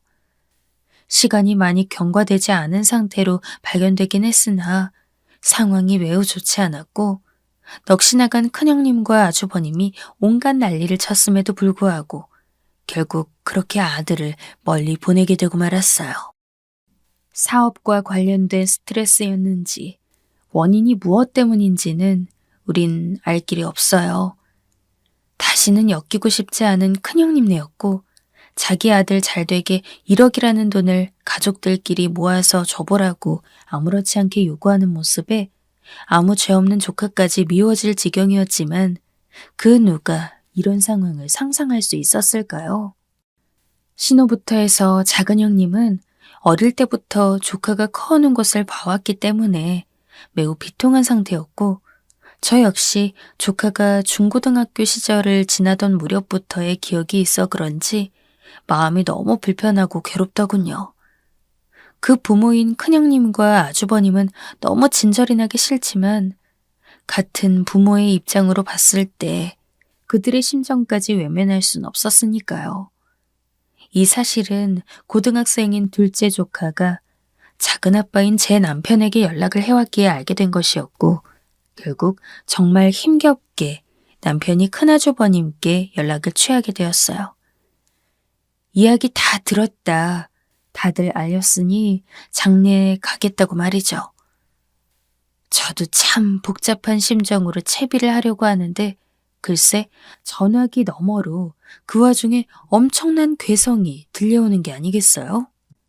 남편의 표정이 점점 굳어지면서 분노로 떨리는 게 느껴지고 제가 낚아채서 받아보니 글쎄 큰아주버님이 생전 들어보지도 못한 험한 욕을 하고 계시다는 거예요. 큰형님도 옆에서 잘 됐다며 고래고래 목이 쉬도록 울부짖고 있는데 조카가 이렇게 죽게 된 건 다 니네들 때문이라면서 말 같지도 않은 저주를 퍼붓고 있는 게 아니겠어요? 가족들이 모른 척해서 힘든 상황에 버림받고 저렇게 비참하게 홀로 갔다면서 다 니네들 때문이라고 싹 다 죽어버리라면서 끔찍한 말을 퍼부어대고 있더라고요. 듣다 못 견디겠어서 제가 전화를 꺼버렸는데 남편은 그대로 스르륵 주저앉더니 한참을 어깨를 움츠르고 아무것도 못하더군요. 대체 왜 우리 남편이 이런 소리를 들어야 하고 이런 힘든 상황에 처해야 하는 걸까요? 결국 채비를 멈추고 우리는 장례에 가는 것을 그만두게 되었습니다. 발 들이는 순간 잡아서 가만 안 두겠다며 협박조로 길길이 날뛰어대는데 어떻게 가겠어요? 신우와 다른 가족들에게 알려서 그냥 일단은 다들 가지 않았고 그렇게 멍하니 있는 상황이에요. 솔직한 심정으로 뭐 저희라고 가고 싶겠나요? 그런데 이런 취급까지 받고 인연을 완전히 끊어버리자면서 얼씬도 말라는 답을 듣고 나니 그냥 그렇게 살아야겠다는 생각도 듭니다. 자식을 떠나보낸 상황에서 아무리 기가 막혀도 그렇지 그 분풀이를 왜 형제들에게 돌리는 걸까요? 조금이라도 이해해보려고 했지만 저도 제 한계에 달했기에 그만 손을 놓으려고 합니다.